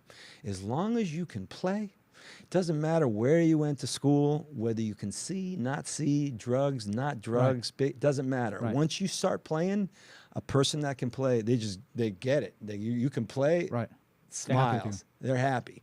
So those two Oh, no, things. you played with Cher, didn't you? A little bit. Just to drop that name to Yeah, Cher. I Okay, did. very I good. did. So it's the grand equalizer. So for me, that was the only thing left. Swimming is you can't talk to anyone. You could be in a lane next to somebody for an hour. You wouldn't even recognize them after an hour. Right. So cycling is that pretty. We're in California where it's free, beautiful mountains. Okay, great what did you win just now? What cycling sports did you win? I had an unbelievable season. This season, I raced 95 times. 95 times? About. Oh, my goodness. In 5 countries. I podiumed about a third of the time. So I was on the top 30% of the time. Good for you. I won. So this is the Masters division. Yeah. Yeah. Silver medal and bronze medal in the Masters Worlds in Torino, Italy, which happens every 4 years, which, by the way, is the largest sporting event in the world. Really? Right. Then I won at state championships. I won 2 silvers and a bronze in California for the track. At the Huntsman World Senior Games, I won 6 gold medals and 5 silver, and I was the best overall road cyclist and the best overall mountain bike cyclist. Then I went to the Masters Pan American Games, and I won 3 golds and 2 silvers. Okay, and the reason, so you had a great season. Yeah. And you're 55. Yeah. So you're competing against men who are 40. 55. Sometimes they'll put you like in the road race in the past. They put us from the 40 to 59, all of us together, but they score you individually. So you're in the same pack, but they medal you individually. Okay, so let me ask you now a longevity question. So you're 55 now, so you figure you're good till like 110, 115? I'm not making a joke. No. I'm not making a joke, right? I really don't know. Yeah. Because Right, none of us know, right. Here's But the theoretically. thing. My sport has been, it's orthopedically challenged. I've crashed a lot of times. When you race that many times, it's not if you're going to crash, it's just when. Yeah. So I've had a lot of crashes, and I got hit by a car last year, and that was the most painful thing that I've ever had. that sounds So terrible. because of that, I'm getting some orthopedic problems where I just might not be able to do it competitively anymore. I might have to go, again, change, right? Right. So I came to the sport from a knee injury, and now almost 20 years later, 22 years later, if the repetitive wear and tear, the biomechanical wear and tear is too much, I have to be wise Sure. and realize, I can't do that. Right.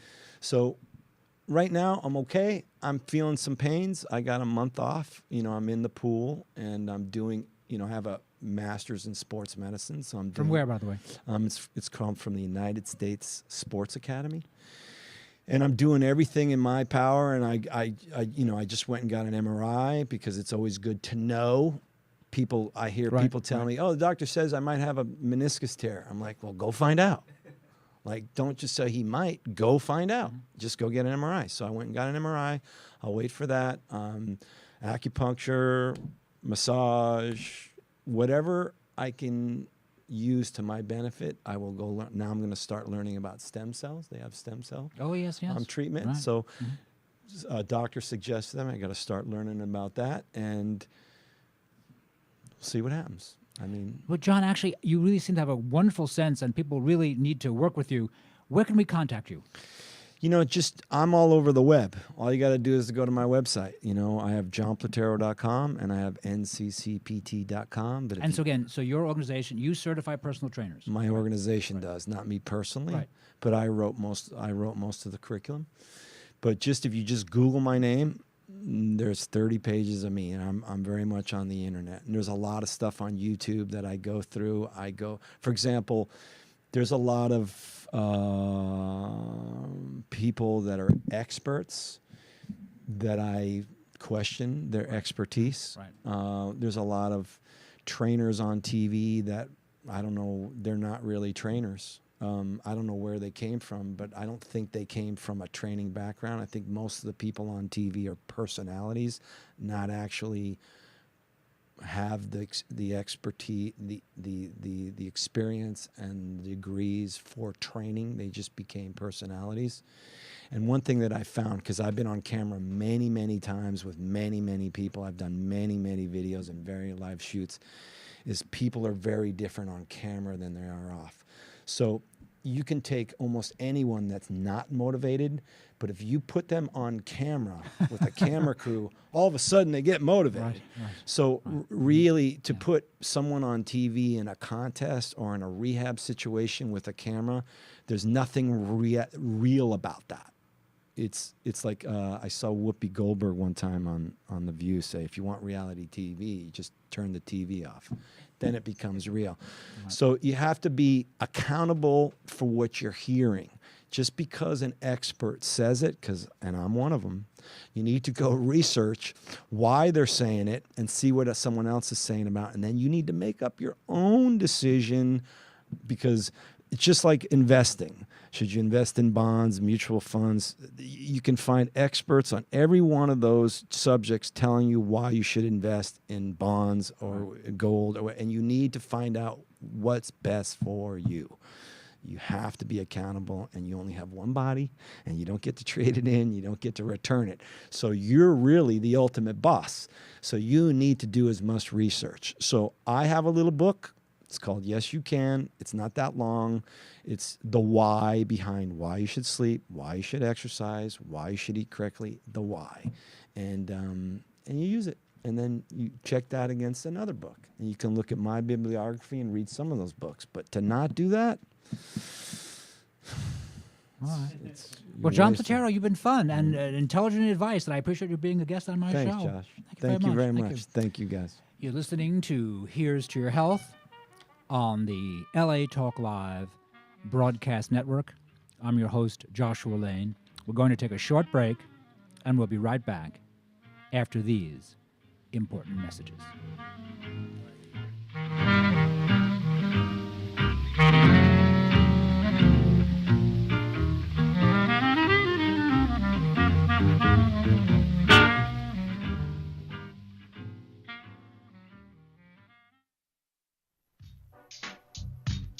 Young Connection, your one-stop connection for all your graphic design and commercial printing needs. Young Connection is a full-service printing and media design company dedicated to providing the highest level of customer service and satisfaction. Young Connection provides swift response and rapid turnaround services for banners, brochures, business cards, letterheads, church bulletins, funeral programs, flyers, logo design, posters, and much, much more, all at an affordable price. Young Connection, the official printing company of LA Talk Live. Give them a call at 310-491-3336. That's 310-491-3336, or visit their website at www.youngconnection.com. That's www.youngconnection.com. Young Connection Printing and Media Services, proud sponsors of LA Talk Live, where it's more than just talk.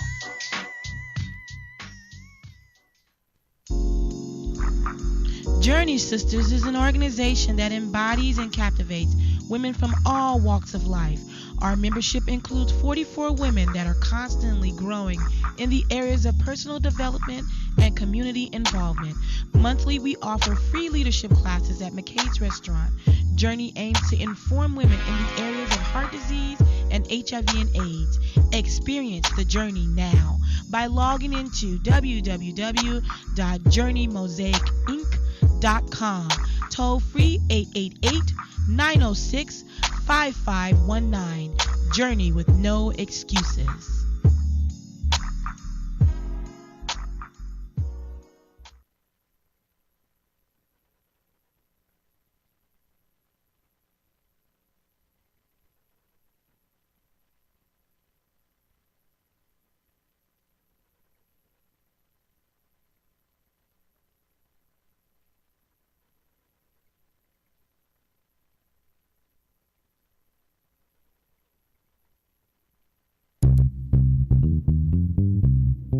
Hi, this is Jean Noel Bassior, inviting you to join me for my new show, The Book Beat, Monday evenings at 6:30 p.m. I'll be talking to authors about their latest book so you can find a fantastic read. But more than that, I'll be talking to experts about how you can write your own book and get it published. So tune in on Mondays at 6:30 p.m. exclusively on latalklive.com. And remember, you can catch us on iTunes Radio R&B or watch us on Ustream TV. Reality radio, handcrafted for your listening pleasure. This is LA Talk Live, and we are more than just talk.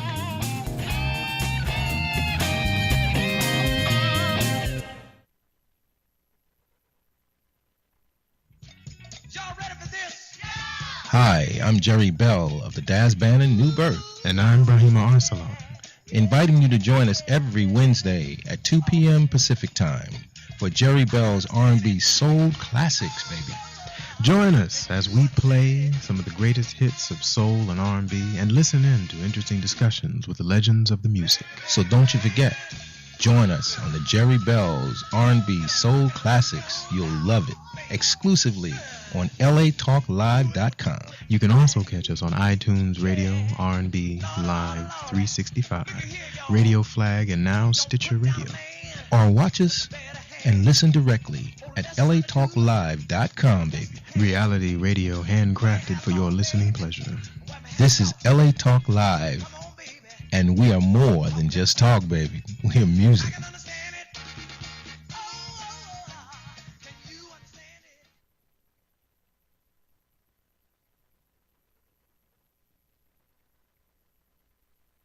Joshua Lane, member of the board of directors of Dr. Ann Wigmore's Hippocrates Health Institute, Josh Lane was part of the Dr. Ann Wigmore team that brought wheatgrass, sprouts, and raw foods to a worldwide audience. And now the host of Here's to Your Health on LA Talk Live, Joshua Lane.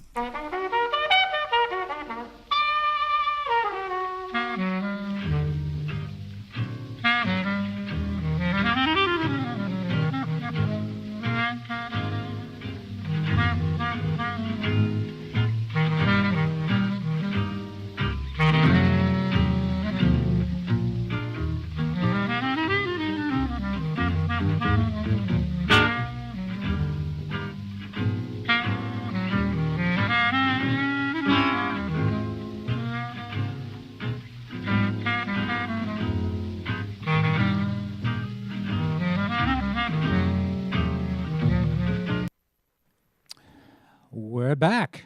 Thank you for tuning in to this edition of Here's to Your Health on the LA Talk Live broadcast network. I'm your host, Joshua Lane. Well, we're getting close to Thanksgiving, and so there are many treats we like to eat over the holidays, and some of the treats not only taste fantastic, like the Good Bites here. My guest is Xavier Alexandra. No. Alicia Xavier. I was close with that one. I'm sorry. I apologize. Angelica Xavier. Angelica. I was very close. Not even too close. Okay. That's okay. And these not only look delightful, these treats, they look like gourmet treats is what they are. They have very clean ingredients, and they taste fantastic. So you can enjoy yourself for the holiday season, Thanksgiving, Christmas, New Year's, eat intelligent, lovely, fantastic-looking food, and not be sick. Welcome to Here's to Your Health. Thank you. I'm delighted to be here. Now, I'm very happy to have you here doing this really quality product that I guess it must be doing pretty well for you. We're just off to a new start, and it's fantastic. And so for my listeners and my viewers, what are the ingredients in these little truffles? What we've done is we've chosen the highest quality ingredients from around the world. We source from fair trade, organic, and we use all raw ingredients. They consist of cacao powder, and cacao nibs, and we source those from the Arriba Nacional wild forest in Ecuador. So they're wild cacao trees that are fed with spring water. So it's just an ideal situation, a very high vibration cacao full of manganese and magnesium. And what's cacao exactly? Cacao is a nut, actually. People translate it to cocoa or chocolate, right, but the nut is actually cacao. So we use the root source of that. We sweeten it with just a bit of raw honey. We use a hard raw honey, an organic honey that's full of antioxidants. So there's no sugar, no agave, no gluten, no soy. We add coconut oil, which is fabulous for the digestion, and we flavor it with hemp seeds, which are a great source of protein and add a natural nutty flavor to the outside. We also use spirulina, which is a blue-green algae. It's one of the highest forms of protein found in a food. So it's great for vegetarians and also vegans. We use tocotrienols, which is a new word for a lot of people. But what it is a pure form of vitamin E. It's one of the highest forms of vitamin E in a rice-soluble bran. So we use that. We use a bit of pink Himalayan salt, and we use vanilla powder. We don't use a vanilla liquid that can also often have some natural flavors added to it. And then we use the goji berries, which have been used for 2,000 years in Chinese medicine, and they are just a fabulous source of antioxidant. All right, now, these items that you mentioned, these items are being not widely used, but used very much in the natural foods world. But let's go back to cacao. So What is cacao vis-a-vis chocolate again? What is cacao? Well, cacao is chocolate.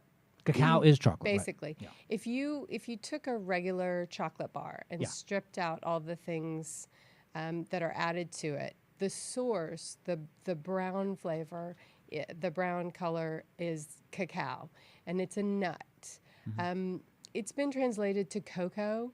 A lot of people call it that, but it's a tree nut, and it is basically chocolate. Now, is cacao? Do people have a problem eating chocolate? Is there a health problem with chocolate, or chocolate's good for us? Is it not? Chocolate's very good for you. good for you, right. It's very good for you. It's good for your mood. It like I said, it has magnesium and manganese, and it elevates your mood. And it's really the things that are added to cocoa are the taboo, the sugar and the binders. Those are the things that give us a problem. But in its natural source, it's really great. So, in your opinion, your cacao gives me, the eater of the Good Bites, I get the taste, I get the food value, and I get zero downside. We think we've worked very hard so there's zero downside.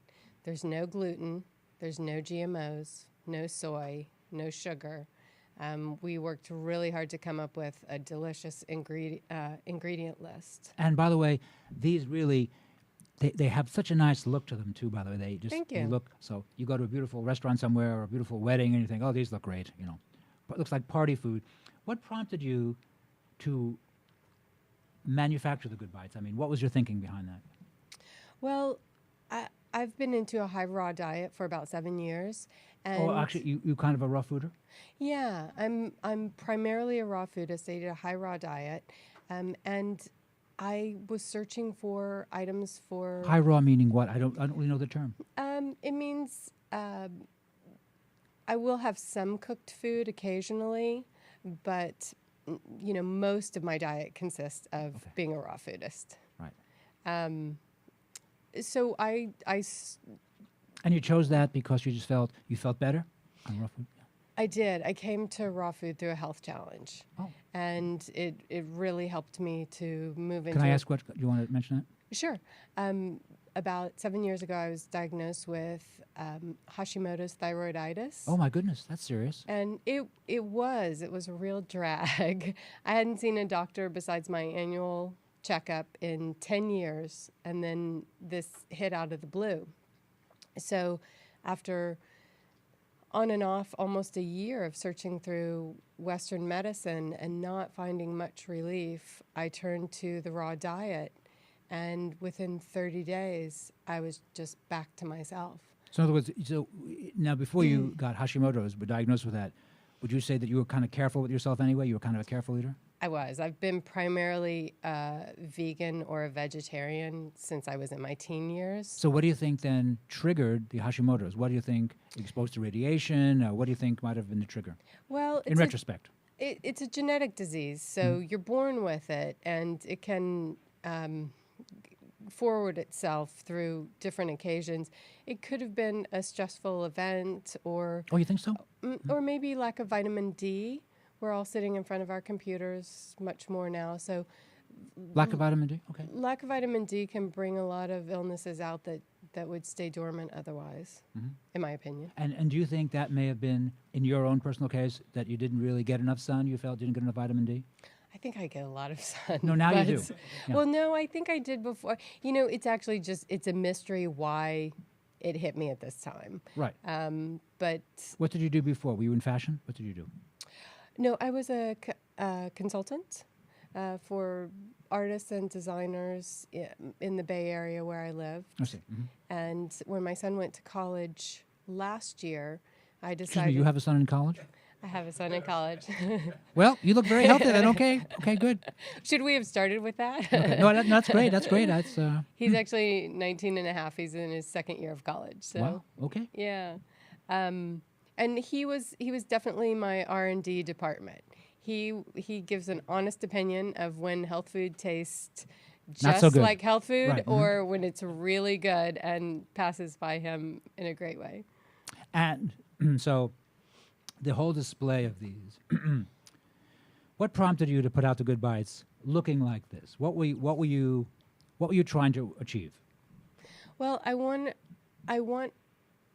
the food to be aesthetically pleasing. So often in the natural food category, I feel like the packaging and the presentation can be overlooked, and I want people. That's a nice way to put it on some of it. Yeah. Thank you. Yeah. I wanted it to look like a fine food, which it is, and not like a vitamin in a little package that wasn't worthy of its taste and qualities. Not like, as they used to say years ago, a mess of old lentils. Right. Right. Right. Yeah. Right. Well, you certainly succeeded. So these really, is this actually what truffles look like? I thought they had a different look to them, but. It's pretty close to what a truffle looks like. And a truffle is what again? What's a mainstream truffle? Well, it's chocolate, and it refers to the shape of the truffle, of the chocolate. Alrighty. Now, so you mentioned cacao is very similar to chocolate and has rich in food value. And you also mentioned goji berries. Now, goji berries, I think most people don't really know what that is. Well, goji berries have been used for 2,000 years in Chinese medicine. They have great vitamin properties, A and C in particular, and full of antioxidants. And you just need a little bit. It goes a long way. They're similar to blueberries in that way. They pack a punch. And so they grow in a little shrub or something, and they just dry them? Yes, they grow primarily in Tibet and China. And you also did mention using a pink Himalayan sea salt. And now I know a lot of people seem to like to use that salt.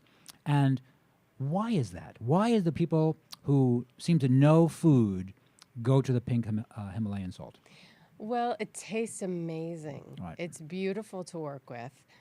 When you buy it in its raw form, it looks like a big pink crystal. So it's just gorgeous, and the flavor is really brings out the other properties of your food.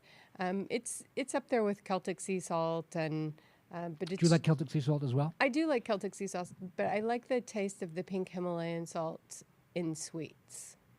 And if I theoretically use that, I get a little bit of trace minerals? Definitely, definitely. Much better for you than the table salt or the ionized salt. Right. That was exciting. Thank you. That was. What are some of the other ingredients in your Good Bites? Coconut oil. And the coconut oil, is that good for me? It's great for digestion. Right. Really good for digestion. Now, this is not that you don't use hydrogenated coconut oil. No. What do you use? What form? We use raw coconut oil, just raw the coconut oil. pure form of coconut oil. And coconut oil seems, say, for the past, 4 or 5 years, possibly longer, people seem to have really embraced coconut oil in a way that they never embraced soybean oil or soybeans. Soybeans seem to have kind of fallen from the scene. It's really true. Soybeans, unfortunately, have just been over-processed in so many ways that, in my opinion, I don't think we should be eating them. Right. And now we have the whole GMO contingency with soybeans are unfortunately mostly genetically modified. I think 90% are. So I think that's a potential problem for sure, and we need to work on that one. I do too. And then we also use spirulina. Actually, before we go to spirulina. Oh, sure. So what does coconut oil give me? Great digestion. Great digestion. Yeah, and it's a great alternative to canola oil or, as you said, soybean oil. It's just a really nice, pure, clean oil that you can use in a lot of situations. All right, and so you use it because it adds consistency to the recipe? It does. Okay. It's our honey is our main binder, but coconut oil melts at about 85 degrees, so that helps us hold together. Our honey melts at a higher degree point, but when the coconut oil and the honey are soft, we're able to work them into the ingredient, and then we put them in the refrigerator in the walk-in, and it really tightens it up and binds the truffles. And so the honey and the coconut oil actually give a shape to the product. They hold everything together. And the honey also works as a healthy preservative.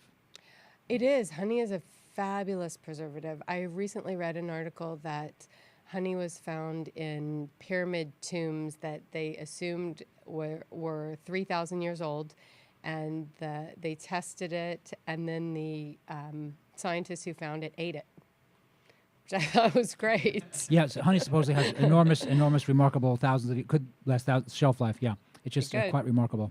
Right. I thought those scientists were probably very brave to do that. I probably would have. But even so, it's, it seems kind of interesting. I know that also honey is great on an open wound. It's actually sterile. So if you have let's say you cut yourself in the kitchen, you put honey on an open wound, it's sterile. So and I know that during the First World War, the Tsar's army actually used honey to dress wounds. That was just like, because that's what they had. They had honey and used to dress it just because they didn't have antibiotics, and if they didn't have antiseptic, they used honey, and that wasn't, it was valuable. It was a valuable tool at the time. I like that. I like that story.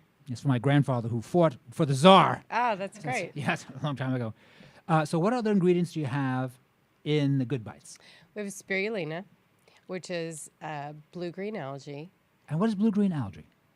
Well, blue-green algae is an amazing source of protein.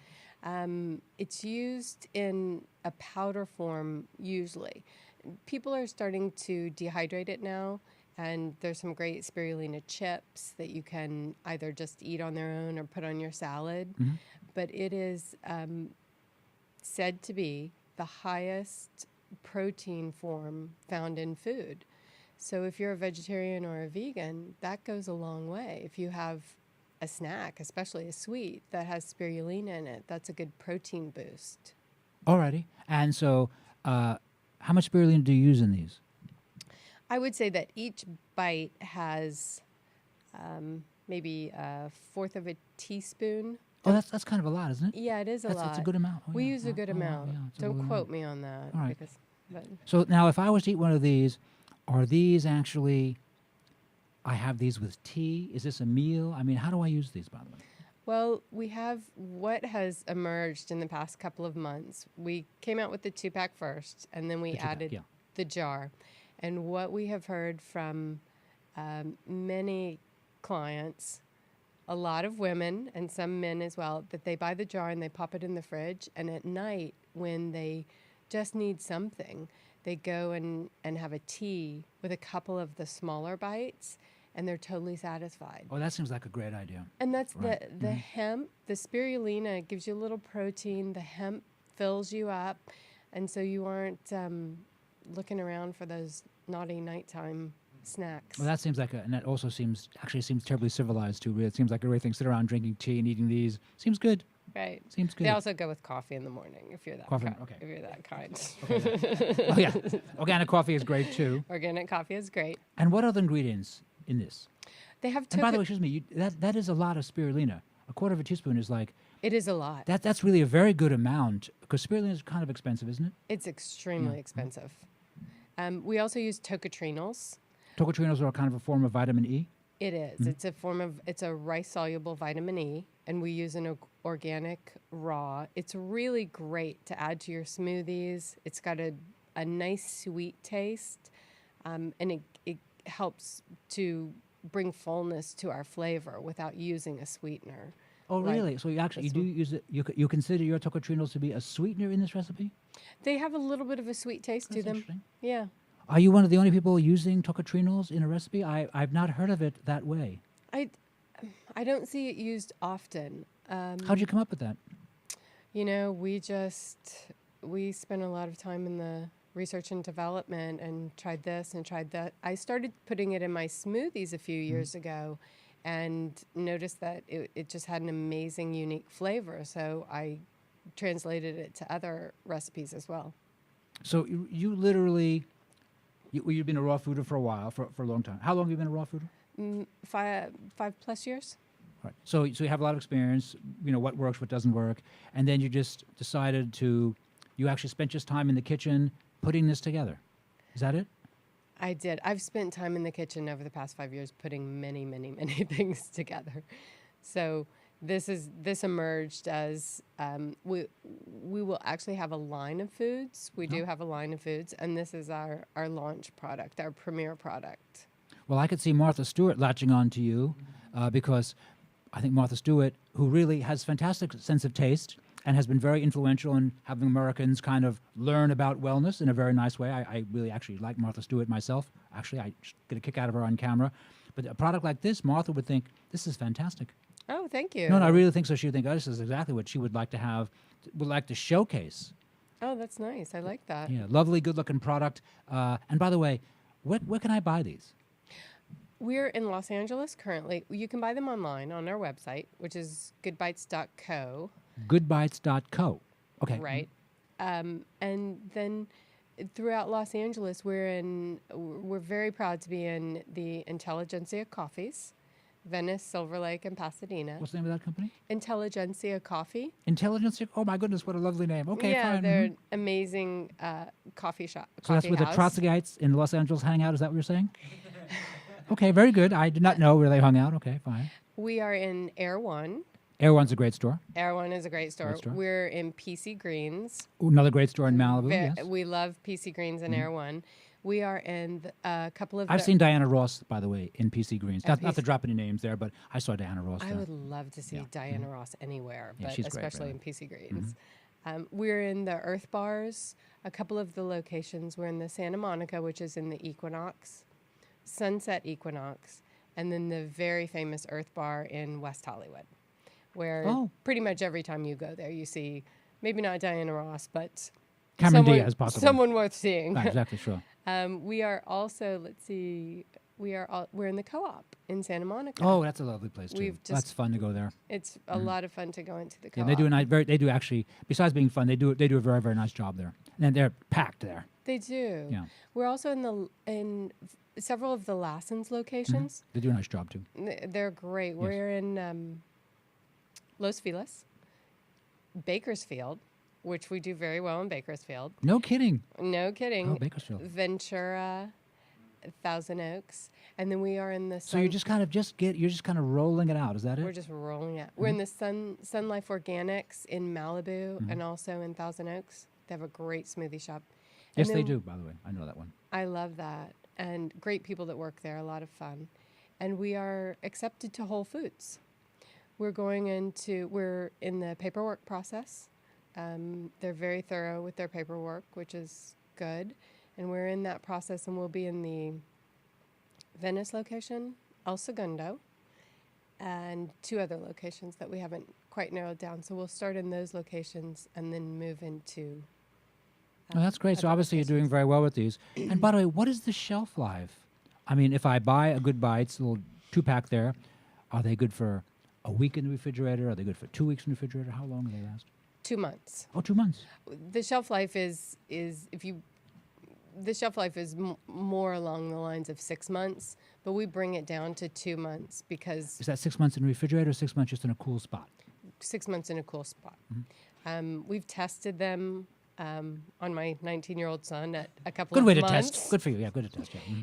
It was actually a great situation. We had one that was 4 months old. We hadn't covered it, and he cruised through the kitchen, and I said, "Will you taste this for me?" And he tasted it, and he said, "Oh yeah, this is better than the other ones." Huh.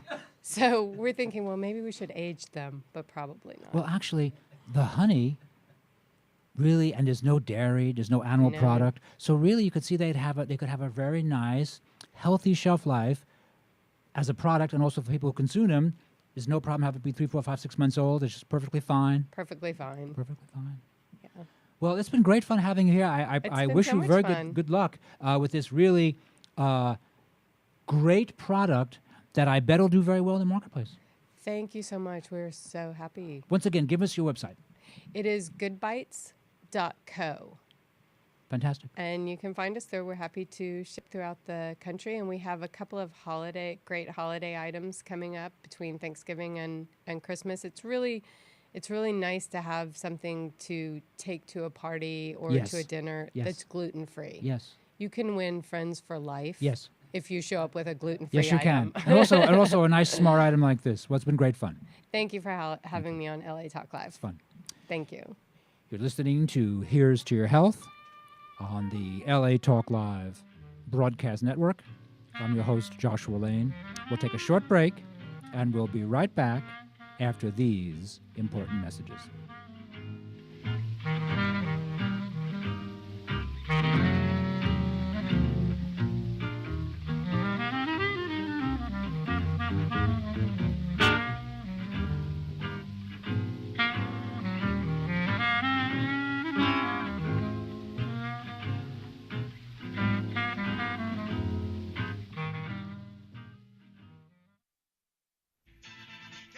Hey everybody, it's your man Sabir Bay back on your airwaves, inviting you to join us every Tuesday, 3 p.m. Pacific Standard Time on the Sabir Bay Show, discussing history, law, and hip-hop. Every Tuesday, 3 p.m. Pacific Standard Time, the Sabir Bay Show, exclusively on latalklive.com. You also can catch us on iTunes Radio and R&B, Live 365, Radio Flag, and now Stitcher Radio. Or watch us and listen directly at latalklive.com.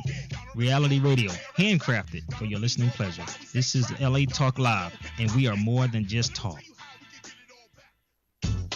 Hi, this is Elena, inviting you to join me every Wednesday at noon for Elena's Beauty Talk and more, exclusively on LA Talk Live. You can also catch us on iTunes Radio, R&B, or watch us on Ustream.tv. Reality radio, handcrafted for your listening pleasure. This is LA Talk Live, and we are more than just talk. Hi, this is Dawn Christie, inviting you to join me every Friday, 1 p.m. Pacific, for my all-new show, The Dawn Christie Show. Join me as I discuss love, spiritual readings, your purpose, why am I born, what am I here to do. So don't forget to tune in The Dawn Christie Show at 1 p.m. Pacific, exclusively on LA Talk Live. You can also catch us on iTunes Radio R&B or watch us on Ustream TV. Reality radio, handcrafted for your listening pleasure. This is LA Talk Live, and we are more than just talk.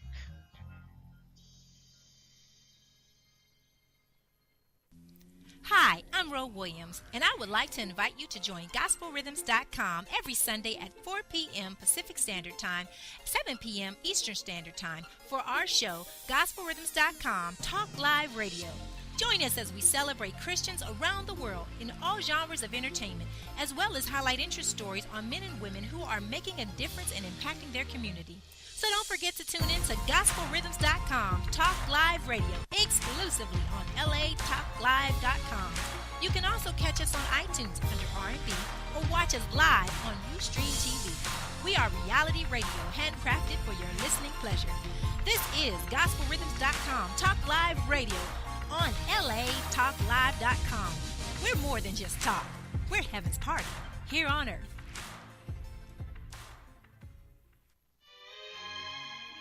Josh Lane and Dr. Hans Kugler of Here's to Your Health, in conjunction with A4M, the American Academy of Anti-Aging Medicine, invite you to attend the 21st Annual World Congress on Anti-Aging Medicine, December 12th through 15th at the Venetian Hotel in Las Vegas.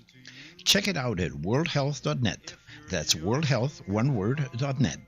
And while you're there, sign up for the free longevity newsletter. Just look for the bouncing red ball. At worldhealth.net, also print out a page about the Las Vegas Congress and pass it along to your doctors. More than 3,500 healthcare professionals will convene at the Las Vegas Congress, where they will teach and demonstrate with hundreds of exhibitors about every anti-aging modality. Be sure to attend the World Congress on Anti-Aging Medicine, December 12th through 15th at the Venetian Hotel in Las Vegas. Presented by the American Academy of Anti-Aging Medicine. Visit worldhealth.net for more details. The 21st Annual Congress on Anti-Aging Medicine, proud sponsors of Here's to Your Health with Josh Lane and LA Talk Live. We are more than just talk.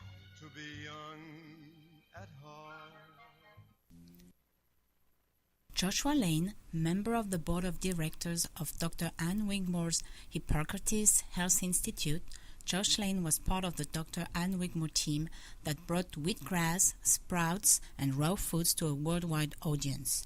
And now the host of Here's to Your Health on LA Talk Live, Joshua Lane.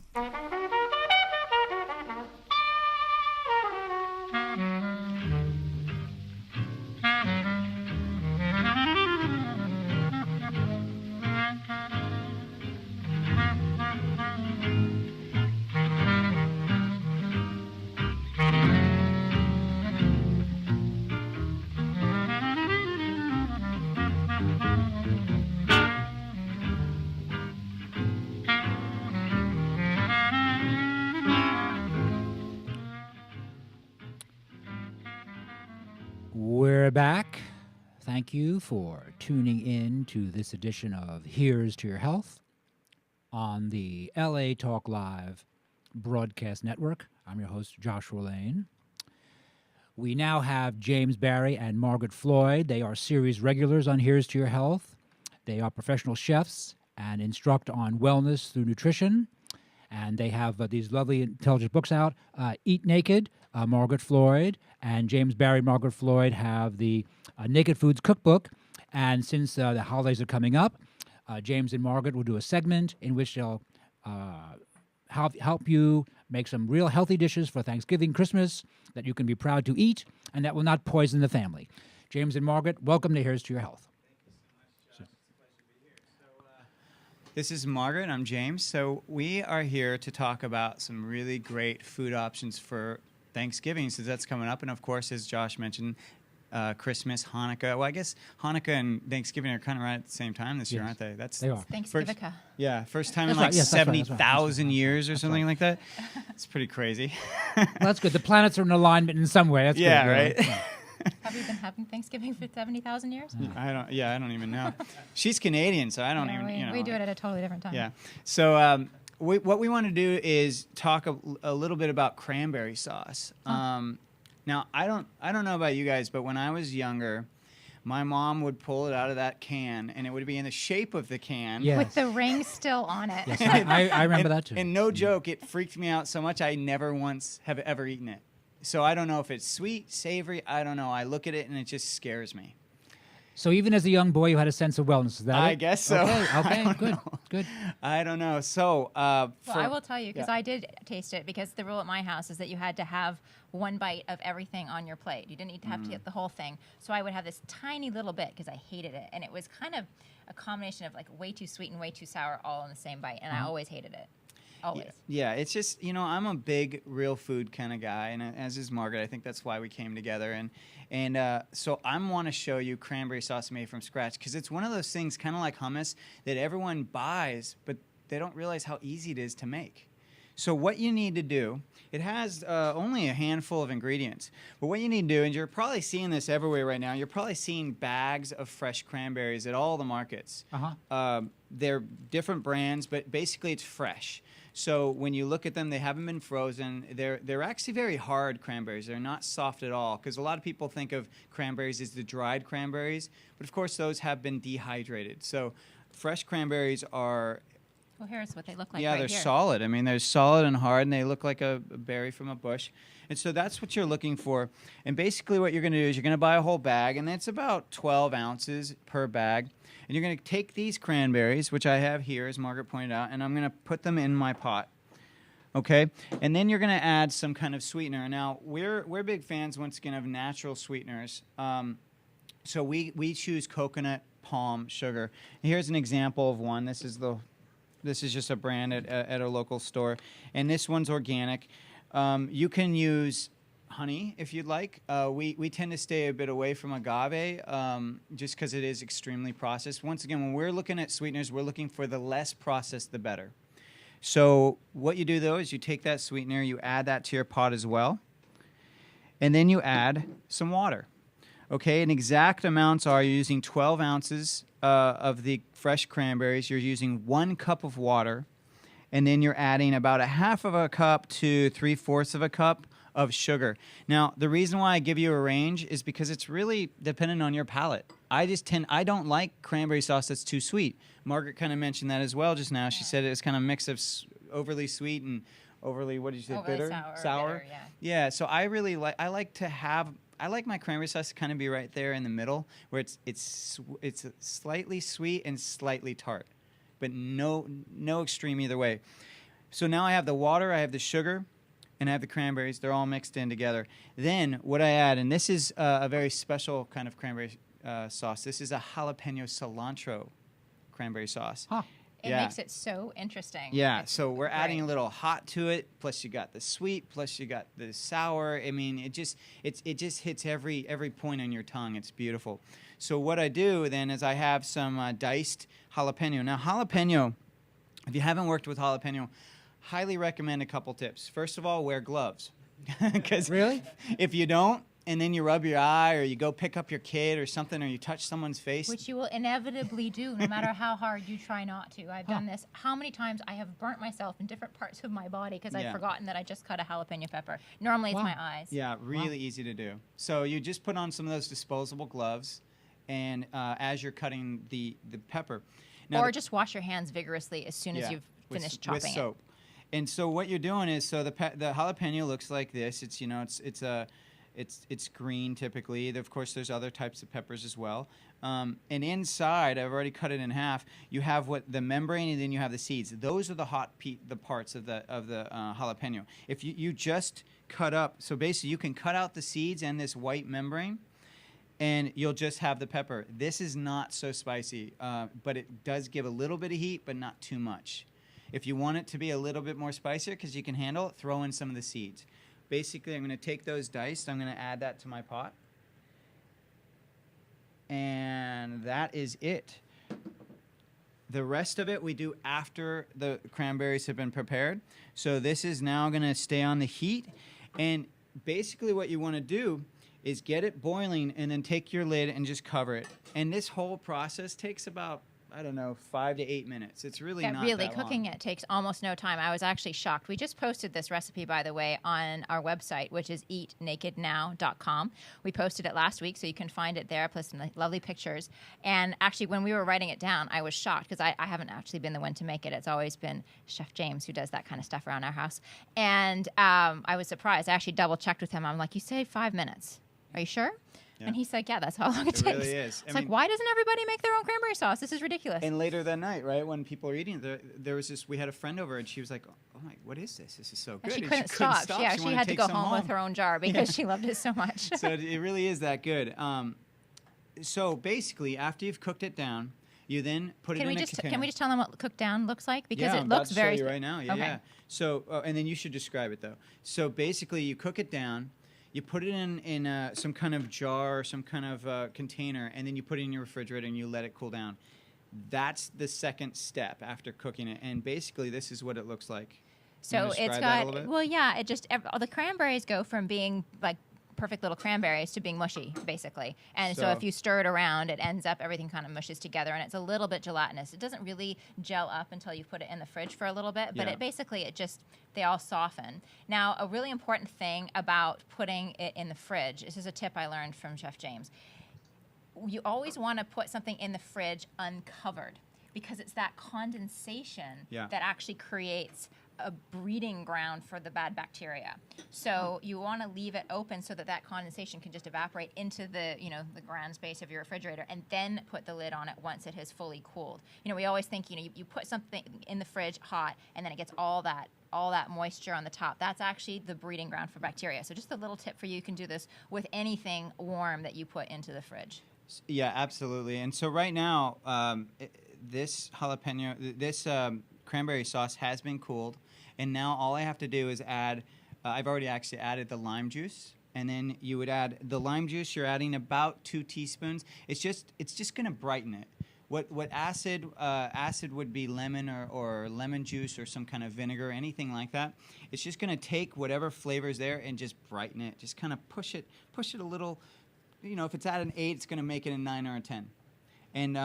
And so I love doing that with things. And Margaret, in our first book, Eat Naked, kind of all over every recipe says, Chef James tip, add some lemon juice, add some lemon zest. I know, it's funny. Actually, I'm just going to tell a little story. The other day, I tried to invent a cauliflower soup. I had it in my mind. It tasted so good in my brain. And then I made it, and I was so disappointed. Of course, I didn't have Chef James help as I was making it. And I went to him as we were about to serve dinner, and I said, well, here's my cauliflower soup, and it's horrible. Can you fix it? And he said, sure. And he went, and he did something, and he came back, and he served it. And I'm like, it's delicious. What did you do? He said, oh, I added some lemon. I was like, are you serious? So if something doesn't taste good, add some lemon. Chef James tip. It's sometimes that easy. Or some lime. Oh, yeah. Sometimes salt too, of course. But so with this, and I do add a pinch of salt, by the way, to the cranberry sauce, and I usually do add that when it's cooking. So I forgot to mention that earlier. So we had the cranberries, we had the water, we had the coconut sugar or the sugar of your choice, we had the jalapeno peppers, and then a pinch of salt. That's the first stage. Second stage, let it cool in the refrigerator. Third stage, I add the lemon juice, 2 teaspoons. Actually, lime juice. Or I'm sorry, lime juice. Yeah, because I personally love lime with jalapenos and cilantro. It reminds me of like a salsa, right? So this, in many ways, is like a cranberry relish or a cranberry salsa. And then I'm now going to add some cilantro. And a really fun trick to chopping any kind of herb is you leave it on the rubber band so it's tied together. And then you basically are cutting it down like this. You're kind of shaving the sides of it. And this is obviously if you're going to use all of it. We're only using a little bit today, so I'm just going to cut off a little bit. But the key is you really don't want so much of the stem part. You just want the leaf, because the stem can be a little bit bitter for many herbs. So then you're going to shave off a little bit of cilantro, and I'm just going to 2 tablespoons. Yeah, I'm just going to chop that up, mince it, and you can do it however thickness you want. And then I'm going to add a little bit to it. Now the thing with cilantro, and really any herb, but particularly cilantro, is herbs don't really age well. You know what? Have you ever noticed that when it's a dried herb, it gets really black, kind of dark, opposed to when it starts, it's very bright, just a bright, beautiful green. So if you mix it in to the cranberry sauce, you may only want to mix in the amount of cilantro that you're going to use for the dinner. Let's say if you're going to have cranberry sauce later the next day, you might want to leave that one without cilantro, because it portion it out. Yeah, portion it out basically. Because right now you can see, well, I don't know if you can see, but Margaret can definitely see since she's right here. But the cilantro in there, it just makes it look fresh. When you put fresh herbs in something, it just makes it pop. And by tomorrow, this will not look so yes, pretty. it will not look as good as this. The It'll cilantro. still taste good, Yeah. but it won't. In fact, in some ways, it might taste even better because it gives the flavors a little bit of time to gel. And what I love about this, so I'm tasting a little bit right now, and so what I love about it is I'm getting the sweet, I'm getting the sour, and I'm getting this like beautiful little like spicy kind of jalapeno, and then the cilantro herb. It's just so full flavored. It's not this kind of like one extreme or the other. There's lots of different flavors going on. And it's a beautiful accompaniment to your turkey or your Thanksgiving dinner, whether it's vegan, vegetarian, meat, doesn't matter. This can go with anything. It's really great. And if you are doing your Thanksgiving potluck style, you can offer to bring the cranberry sauce and wow everybody with it. Yeah. And don't tell them it took 5 minutes. Yeah. Exactly. So the other recipe we wanted to show you is a lot of people, a lot of people are going gluten-free these days. And I know we've talked a little bit about gluten-free. Have you ever had people on the show talking about gluten-free? Oh, yeah, it seems to be an important topic. Yeah, right? I mean, it's just really... it's coming up a lot. A lot of it is, some of it's trends, some of it is because people are really getting sick. Right. Well, one of the things is that the wheat is really not the same wheat that we've been eating when we were growing up. You know, in the last 30, 40 years, it has been hybridized so many times that there are all sorts of new gluten proteins, and gluten is the protein in wheat that most people have trouble reacting to. And there are all these new gluten proteins that our bodies have never even seen before. And thus our systems just can't handle it. That's why when, 20, 30 years ago, to hear somebody being gluten I'd never even heard of the word gluten. And now it's like everybody, it seems like everybody and their brother. And it's not because, a part of it, I would say a little bit, is that symptoms that we're now realizing are affiliated with a gluten intolerance are being more what are some highlighted. Of those symptoms? Anything from like inflammation. Well, inflammation is a big one. Any kind of digestive distress, foggy head, and that feeling of just a little bit of bloat and cloudy thinking. Those are ones that a lot of people don't realize. Dry skin. Dry skin. Gas. Yeah. Headache. Yes. Oh, no, and I think that people in general have much more understanding of the importance of food than they did, say, in 1972 or 1982 or 1992. People know a lot more, and they're willing to realize, well, when I eat that, every time I eat it, I get a nice headache, so I recognize I shouldn't be eating that. And so I would say it's the consciousness, to use that word, which I think is a very fair word. People have more consciousness. They recognize I eat a corn tortilla, which has gluten. It's not the same as wheat, but it's still gluten, and they do bad. And so they're now paying attention. And now there's been pushback from the medical profession who's trying to marginalize, say, oh yeah, but there's less of that around, and they're trying to say it's just trendy, which I find is actually kind of interesting on their part. They're kind of poo-pooing an illness. Absolutely. And so one of the problems, though, is so you discover something's going on and you're getting reactions to the gluten or to the wheat. So what do you do? Because most people don't know how to cook gluten-free. Especially when a big family occasion, like something like Thanksgiving and something like stuffing, which is what we're going to teach you how to make completely breadless, is such a cornerstone and such, I mean, I know, okay, now we talked about cranberry sauce, I didn't like it. Whole other story when it came to the stuffing. I could have eaten an entire plate of just stuffing, thank you very much. So, you know, what do you do? Margaret, big fan of carbs, eh, Margaret? Oh, love me some carbs, let me tell you. That's true. I mean, I do too. And, I would challenge anyone who says, oh, I don't like the stuffing at Thanksgiving or Christmas. It's like, that's part of the whole experience, right? Most of the year, if you have a chicken, you're having it unstuffed. That's the whole point of Thanksgiving. You are stuffing that bird, right? So we have and it's actually in our cookbook, the Naked Foods cookbook, this recipe. But I also posted it online for everybody. It's on eatnakednow.com. We posted that a couple weeks ago, so have to go back. So this is it's a wheat-free, breadless, and completely stuffing. grain-free as well. So there's absolutely no grains in here. So great for people who are following a paleo-style diet or a grain-free diet for any health reasons. And if you know how to make stuffing, it's actually it's done pretty similarly. So you start off with some butter. We like using ghee, which is clarified butter. You could use coconut oil if you want to keep it vegan. Totally your call. Yeah, that's the only animal product is the ghee or the butter. So if you're vegan and you want to make this is actually one of the great things about this recipe is that you can cook it in a skillet and keep it completely separate from any of the animal parts of the meal. And so you have an easy, delicious, protein-packed side dish for your vegan and veggie friends. Absolutely, it's dense, and it's hearty. So basically, what we're doing is we're starting out with no different than other stuffing. You take some kind of fat. Right, so you're taking the coconut oil or the ghee or the butter, and you're putting it in a pan over medium heat. You are then taking diced onion, which we have here. We have some onion. You're taking some celery, diced celery. We have some diced carrot. You can put in a little minced garlic, and you're literally sautéing those. And so you know they're pretty much sautéed because the onion starts to get translucent. If you want to get a little color on it, you can brown it a little bit. You can add some paprika, add a little salt at this point, and then you add the lentils. And we're using. Did you talk about the cauliflower?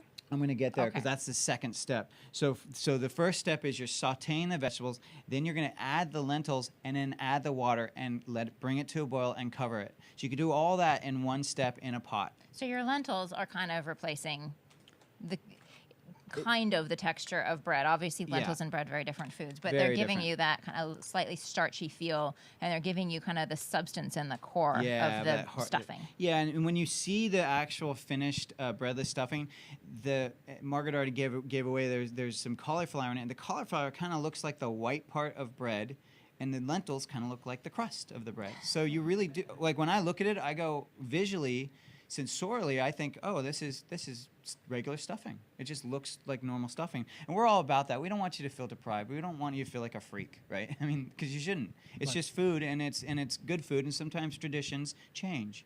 Because we discover since the food supplies change, then maybe some traditions have to start changing too. So we start out with lentils that are green lentils. There's lots of different variety of lentils.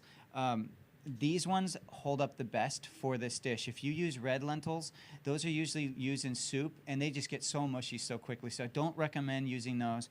I would stick with the green lentils personally. Sometimes people call them brown lentils. It depends on which store you get them at. Mm-hmm. So then you're cooking that. So that cooks for, I think it's about 20 minutes. And once that water has evaporated, it's pretty close to being done. Now, you do want to check it around 15 minutes because you don't want your lentils to get too mushy, as I mentioned.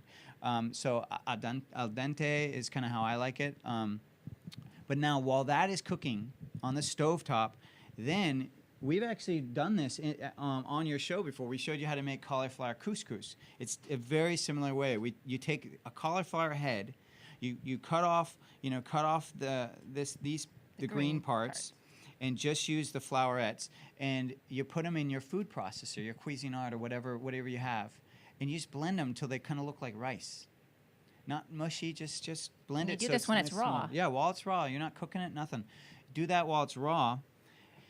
Take that mixture and put it on a sheet pan and put it in your oven about 400 degrees, and you're only putting it in there for about the time that it takes the lentils to cook, about 10 minutes.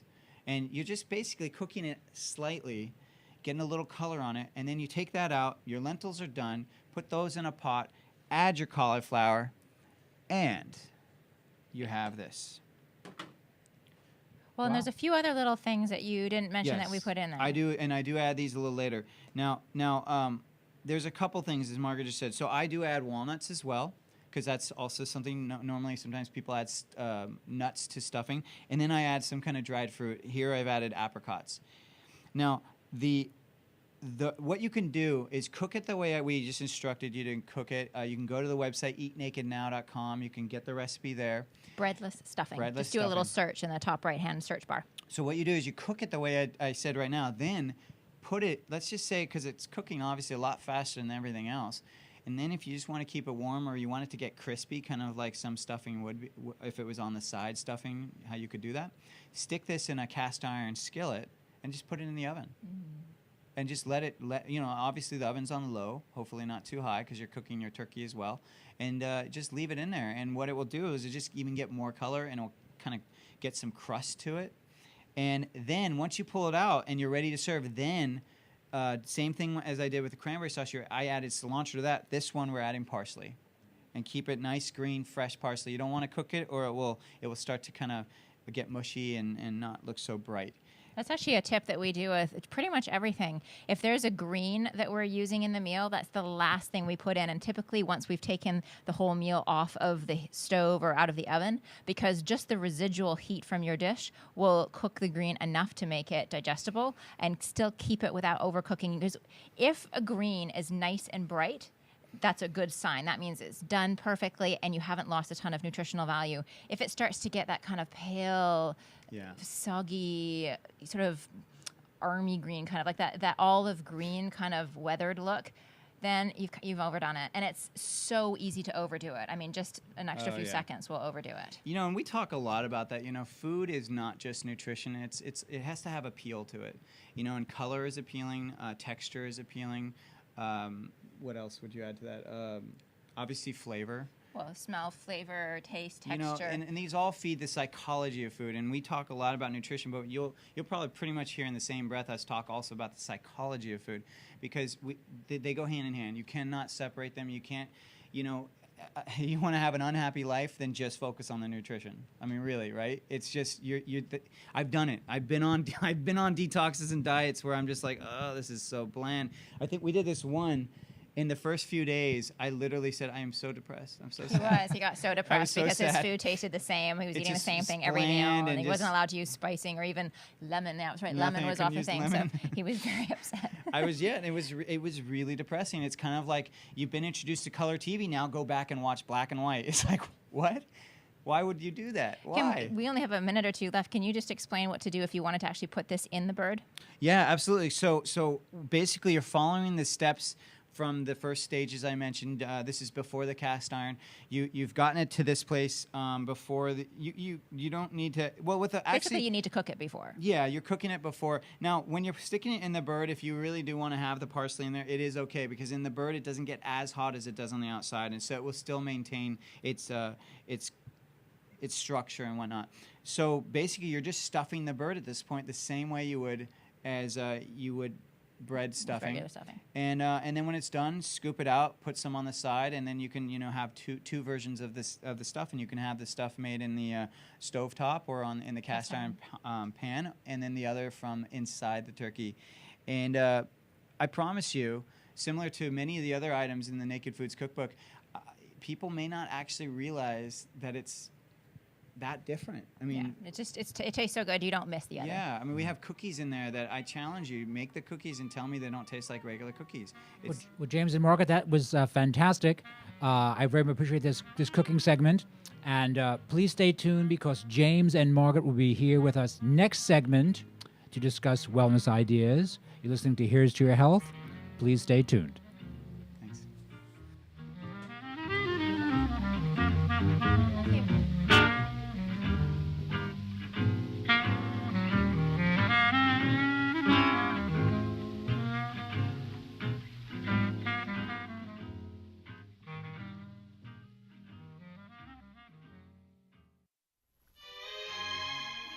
Josh Lane and Dr. Hans Kugler of Here's to Your Health, in conjunction with A4M, the American Academy of Anti-Aging Medicine, invite you to attend the 21st Annual World Congress on Anti-Aging Medicine, December 12th through 15th at the Venetian Hotel in Las Vegas. Check it out at worldhealth.net. That's worldhealth, one word, .net.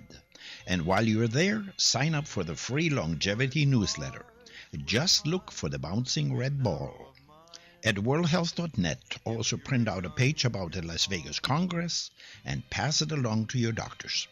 More than 3,500 healthcare professionals will convene at the Las Vegas Congress, where they will teach and demonstrate with hundreds of exhibitors about every anti-aging modality. Be sure to attend the World Congress on Anti-Aging Medicine, December 12th through 15th at the Venetian Hotel in Las Vegas. Presented by the American Academy of Anti-Aging Medicine. Visit worldhealth.net for more details. The 21st Annual Congress on Anti-Aging Medicine, proud sponsors of Here's to Your Health with Josh Lane and LA Talk Live. We are more than just talk.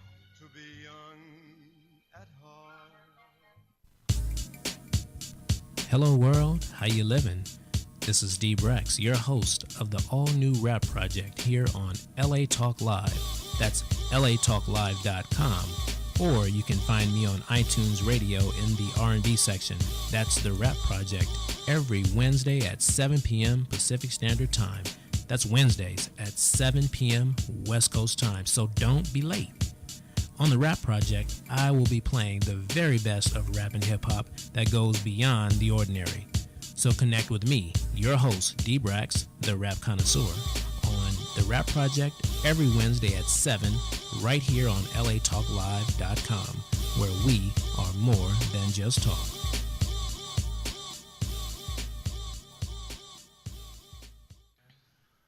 Hi, this is Angela DeJoseph. Join me Thursday evenings at 6 p.m. Pacific, The Angela DeJoseph Show.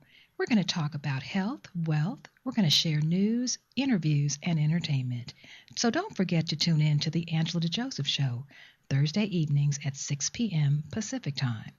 You can also catch us on iTunes Radio, Radio Flag, TiVo Radio, and now live on Facebook. Watch and listen directly on latalklive.com. Reality radio handcrafted for your listening pleasure. This is LA Talk Live, and we are more than just talk.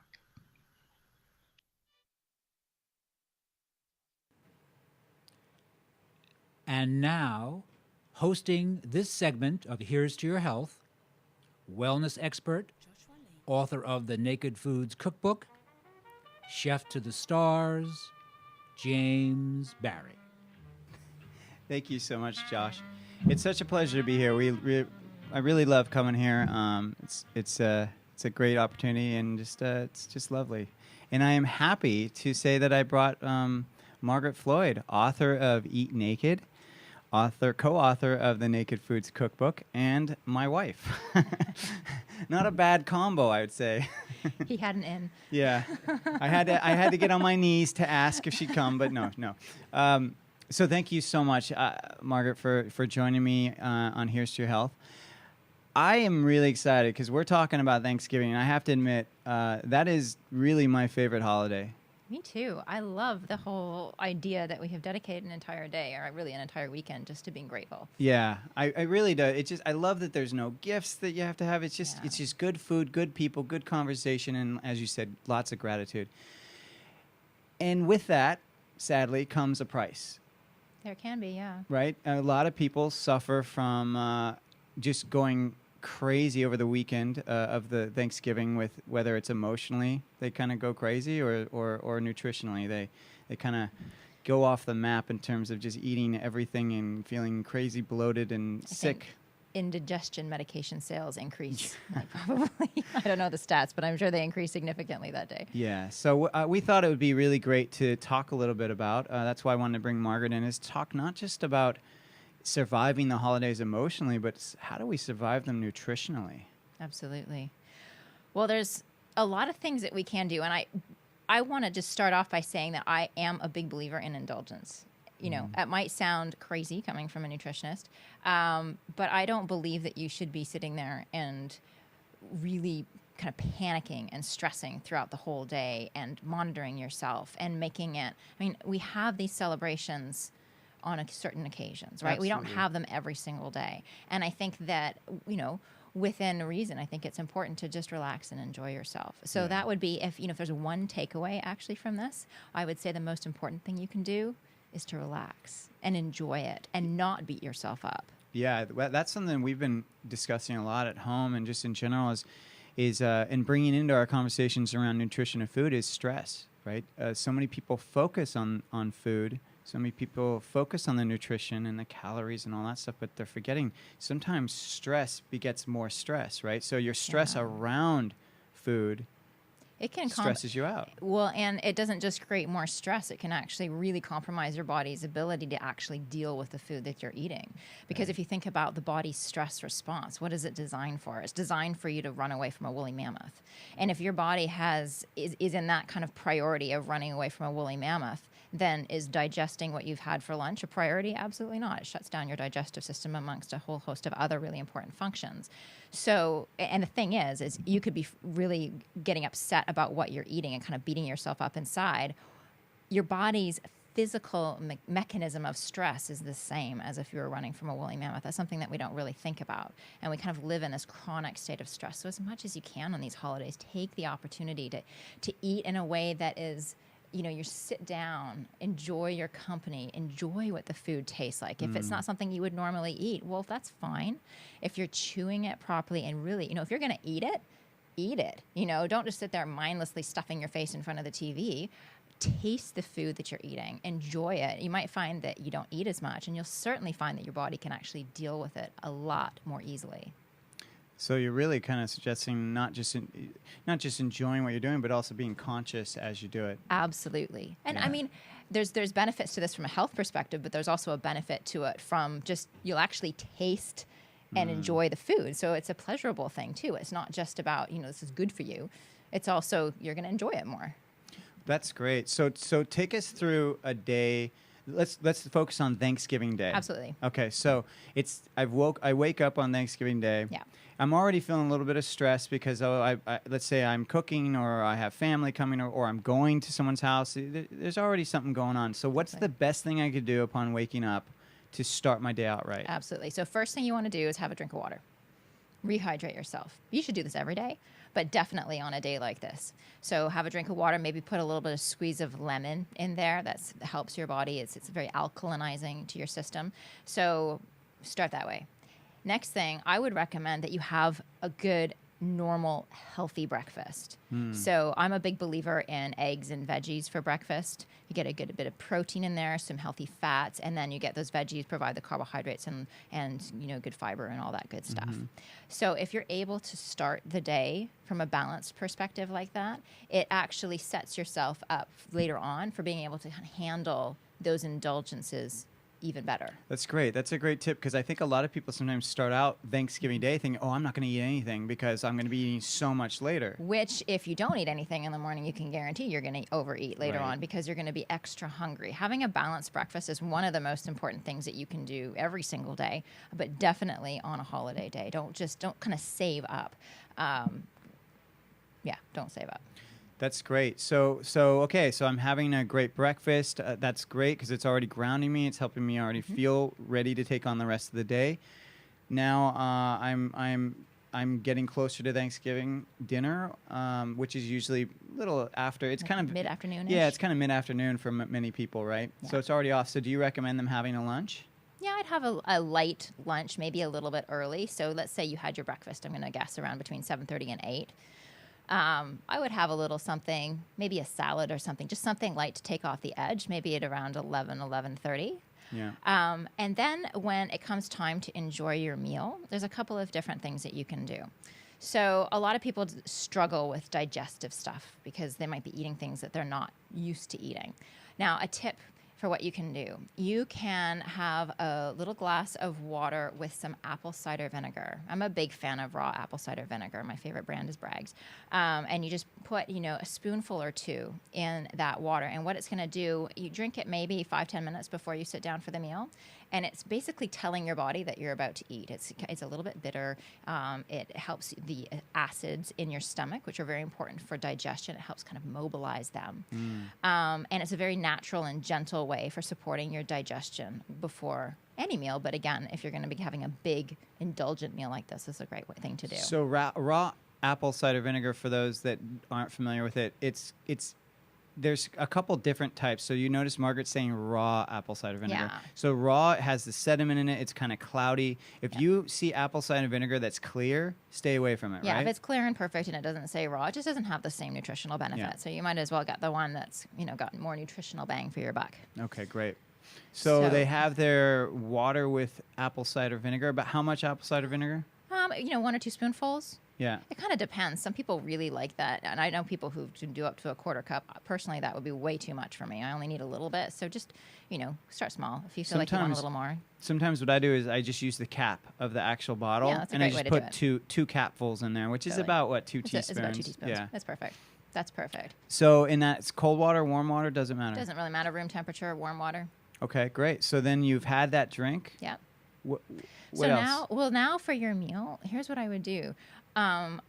If it's not a tradition in your family, you could start this tradition. I think it's a really beautiful tradition to sit and really take a moment to appreciate the effort that has gone into making the meal and the fact that you're together with loved ones, and just kind of taking that moment to take a big breath and get grounded in your gratitude. This might sound like it has nothing to do with your health, but it's actually putting your body in a really positive, relaxed state, which is totally optimal for digestion. Sure. So some people do choose prayer in that Yeah. moment. Some people, what we like to call is gratitudes Like or gratefuls. thankfuls or gratefuls. Mhm. Now, so something that I think is really can be touchy if you've never done that is you may want to kind of introduce the idea before you get to the table, right? Because if you get to Yeah. the table and then you say, okay, hey everyone, do you mind if we Everybody say what you're grateful for. yeah, people might be like, no, or they might, your feelings might get hurt because they may not respond the way you're hoping. So maybe they should suggest it to the people. Well, you know your climate and your family, so you Yeah. would probably do whatever you think would be the best way to engage and enroll everyone in this little exercise. And sometimes it's good also to bring it up before the food's has gotten to the table, because once it's at the table, most people start digging Yeah, in. And it's a absolutely. little awkward when you're like, Absolutely. oh, can we do this? And so-and-so's got the drumstick already in their mouth. Well, and let's say your family's not open to it. You don't have to do it with everybody. You can just sit quietly, take a couple of nice big breaths into your belly, and just, if you do that, just taking big breaths will immediately bring your body into a relaxation response.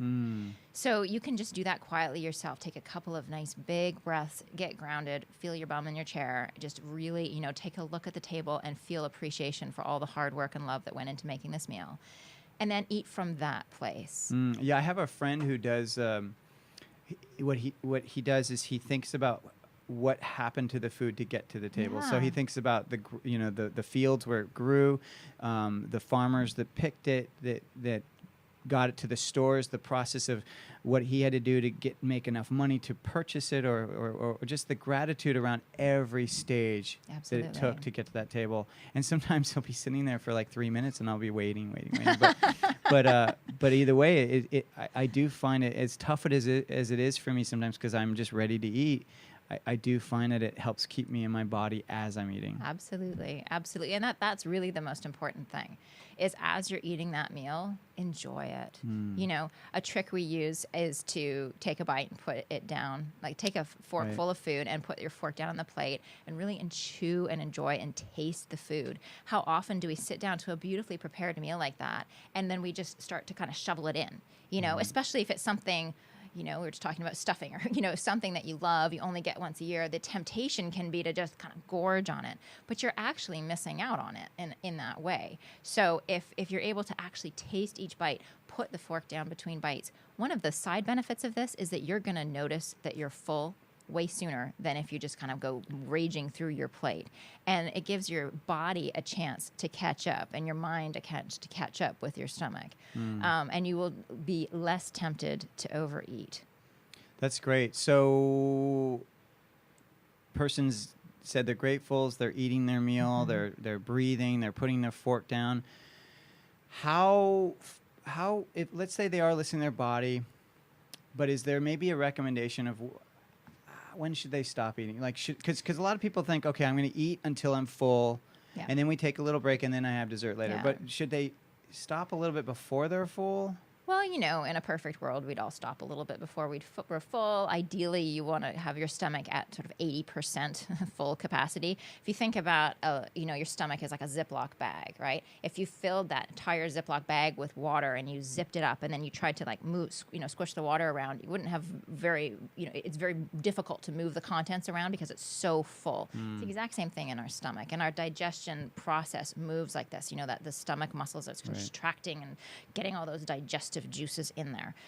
So ideally, you'd leave about 20%. And the question is, well, how on earth do you know when you have 20% less full? It's not like your stomach is like, okay, I'm at 30% more and I'm 25% more. Yeah. So my way of figuring that out is it's kind of that moment where you're still eating because it tastes good, but not because you're hungry. Like if you really check in, you feel satiated. Now, it's Thanksgiving. So, that's like a bonus if you want to do that. But, it's everyone's going to be unbuttoning their pants after dinner. So, I don't know. This is where I'm pretty flexible with it. But, that's an optimal situation. But I'm also kind of realistic. And if, you want to take that second helping of stuffing because it's just so good and you're going to be a little full, then, it's not the end of the world. Now, we're talking about surviving during Thanksgiving nutritionally. And we're talking about really enjoying the food. But let's just say there's a listener out there that just they desperately need to make a change. They really need support right now. Of like, it's not working for them every holiday. They overdo it. So how should their plate look? If you're thinking about all the typical things on a Thanksgiving dinner, what should be on their plate? What's the majority that they should have? Can you give us a little idea of that? How I would do it is take small portions of everything. So you have, I'd probably go a little bit heavier on like sort of the turkey and the vegetables, a little bit lighter on the stuffing and the mashed potatoes and those types of things. But really, if you just take small pieces of everything, small servings instead of being mounding heaps of everything, that will be one way. And if you combine that with eating slowly and mindfully, it will take you as long, if not longer, than everyone else at the table to eat. So you're not going to have that feeling of like I'm sitting here with an empty plate while everyone else still is enjoying themselves. You'll still be enjoying yourself too. You'll just be doing it in a much more sustainable manner. And if you're still hungry, get seconds. Like don't sit there starving, right? Definitely. Because then that's going to take away from the enjoyment of the day. Yeah, right? No, that's why I say let's not focus on deprivation. But these strategies are ways that you will by default end up eating a little bit less and feeling better and not going completely crazy and enjoying yourself more, which to me is the most important thing here. And if you're enjoying these tips, a lot of them are on the eatnakednow.com site. It's a great site that we have. I actually have a post that I did about 2 or 3 years ago called Surviving the Holidays Naked Style. And if you do a search for that, I've talked about a few of these different strategies there. Yes, that's eatnakednow.com. Now, on that site, there's actually right now an incredible giveaway going on, right? There is. I'm very excited about this. We've never done this before, Let's but share we're doing with a them. giveaway. This is exciting. Absolutely. So if you come on over to eatnakednow.com, you'll see an ad on the side for our giveaway, which is a Vita Clay organic slow cooker. So this is like the Rolls Royce of slow cookers. It's a clay pot which distributes the heat better. It also has none of those sort of nasty toxic coatings that would get into your food. So it's very, very clean and it actually cooks the food way faster than most slow cookers. I'm not exactly sure how it does this, but I know they've got a really great technology behind it. And you can do things like you can make yogurt in there. It also doubles as a rice cooker. I mean, there's all sorts of things. It's a $170 value, and we're going to be giving one away at the end of this month. And all you need to do is go to eatnakednow.com, and you'll see the little ad for it in the sidebar. So click on that. It'll tell you exactly what you need to do. It's totally free to enter. You just got to go like us on Facebook and do a couple little things like that. And you actually have 4 chances to win. So you can, as long as you do the 4 things, you have 4 chances to win. And we are excited to give that away. Yeah, and I'm going to be providing some really great recipes with it. That's right. Some Three never before seen Chef James special recipes that we have been I'm working on playing. them now. That's how fresh they are. You will essentially be one of our recipe testers. So this has been great. So before we finish this segment, we still have to cover dessert. Dessert. Right? Yeah. So dessert is a big one for everyone. Yeah, it is a big one. I Right? love my dessert, Right? and we do Pie. sugar detoxes all the time. But if I'm going to have a dessert, I'm going to have a dessert. So what is the ideal way? Now, mind us that we're all going to be enjoying our dessert. We already got that piece. But is there a way nutritionally that I can help my body digest that dessert? Well, here's the thing. If you're able to have it as a homemade dessert versus store-bought, that's always preferable, even if you're just going to use straight up white flour, normal sugar, and that kind of stuff. Because the thing with store-bought stuff is they always sneak preservatives and all sorts of their little, chemical concoctions in there. So I'm a big believer in homemade, if you can. If another thing is, if you are the one in charge of dessert, there are so many amazing and delicious sweet treat recipes that are using either their grain-free, or if they are using a grain, they're using like sprouted wheat flour, just different, more real food approaches to traditional desserts. Now, wasn't there one? There was just one put on the site, right? Well, there's one coming out tomorrow. Oh, it's tomorrow. Okay. These are delicious. We have these pumpkin cookies that James made, and he invented these a couple weeks ago. Yeah, we were that was talking fun. about pumpkin pie, and these cookies, they're grainless, but they taste, and they're cookies, Yeah, gluten-free cookies. but they taste like pumpkin pie. Yeah. They're kind of an impossibility, but they're delicious, and the recipe goes up tomorrow. That's Wednesday. And it has whipped, real homemade whipping whipped cream on the top. They're in the so center. good. They're So so it's good. it's a really great alternative. But I hear you saying that. I mean, like we always have defaults of traditional pies and whatnot. But you can really, A if lot you of make it yourself, creative you can ways. be creative. Now, is there something that should people drink that water with lemon with it? Is there some way to help with the sugar load or anything like that's that? an interesting comment. Yeah, and this is something you can do with your dinner as well. So if you have something acidic when you have a starch, so this could be those mashed potatoes from dinner, or it will also help with any kind of dessert. If you have something acidic, it will actually reduce the glycemic load of that food by 40%. So that can be as simple as a little bit of lemon squeezed on top of your mashed potatoes, or in just a glass of water that you're drinking at the same time. It's a really cool little tip, not just for Thanksgiving dinner, but anytime you're like having a bit of a carb thing going on, you can have, put a little bit of vinegar on there, or put, as I said, some lime or some lemon. And it can even be in a glass of water that you're drinking at the same time. So it reduces the glycemic impact of that food by 40%, which is significant. That's great. And I think in general, if you are having the dessert, make sure that there's fat with it, right? Yeah, these fat-free desserts, not such a good idea. Yeah. You want to have a little bit of fat with sugar slows down the absorption of the sugar in your blood. So when we're talking about, glycemic load, glycemic index, that's basically what we're talking about is how quickly does something convert to sugar in your blood. Right. And you want to do what you can to slow that sugar spike down. That's great. And so an example, a really simple example of that would be, so you're not just eating fruit, you're eating fruit with nuts. Yeah, fruit with nuts, or it's Thanksgiving, fruit with a Right. little whipped cream. Or whipped cream, right? So just something, you're eating the sugar with some fat. Yeah. Now, fortunately, most pies already have that mixed in. Normally, we don't have that trouble. It's not an issue. But it is one of the reasons why the whole low-fat thing just doesn't work, Yeah. So this has been great. This has been really great, and it's been such a pleasure getting to be on the show, of course, with Margaret, and just share our perspective of the holidays and how to be more conscious and healthier. Definitely check out the Naked Foods Cookbook. What is it, like 170, 190 you read? 170 gluten-free Like recipes, all all real gluten-free. food. real food, and it's And easy. So many of them are easy and fast. our cookbook. We use it at home, and the cookbook is literally demolished, just pages falling out because we really do use it. We walk our talk. So, and then of course there's Margaret's book, Eat Naked, fabulous book you can use to take with you to the store to help you actually make your purchases. And then there's the eatnakednow.com website. And if you live in Los Angeles, you can check out my meal delivery service called Wholesome To Go. That's Wholesome, WHOLESOME, the number 2, GO.com. And thank you so much. It's been a pleasure being here, and we hope you've enjoyed this segment of Here's to Your Happy Health. Thanksgiving.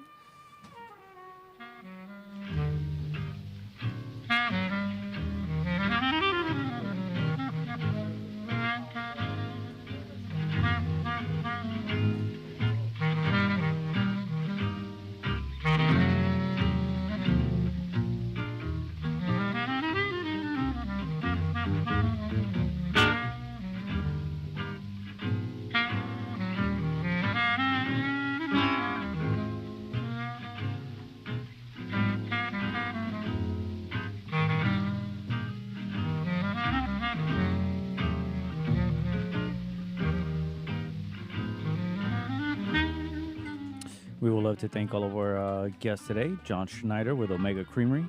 John Platero with Yes You Can Fitness After 40.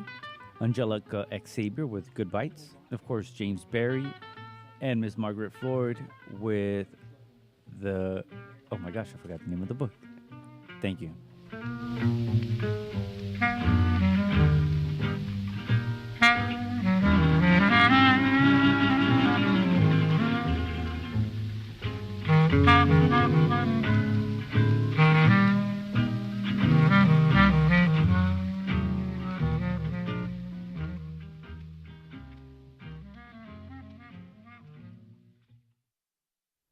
We know there are many choices in internet radio, and the staff and host of LA Talk Live would like to thank you for choosing the internet's hottest destination for the most eclectic sound and invigorating talk. This is LA Talk Live. We are more than just talk.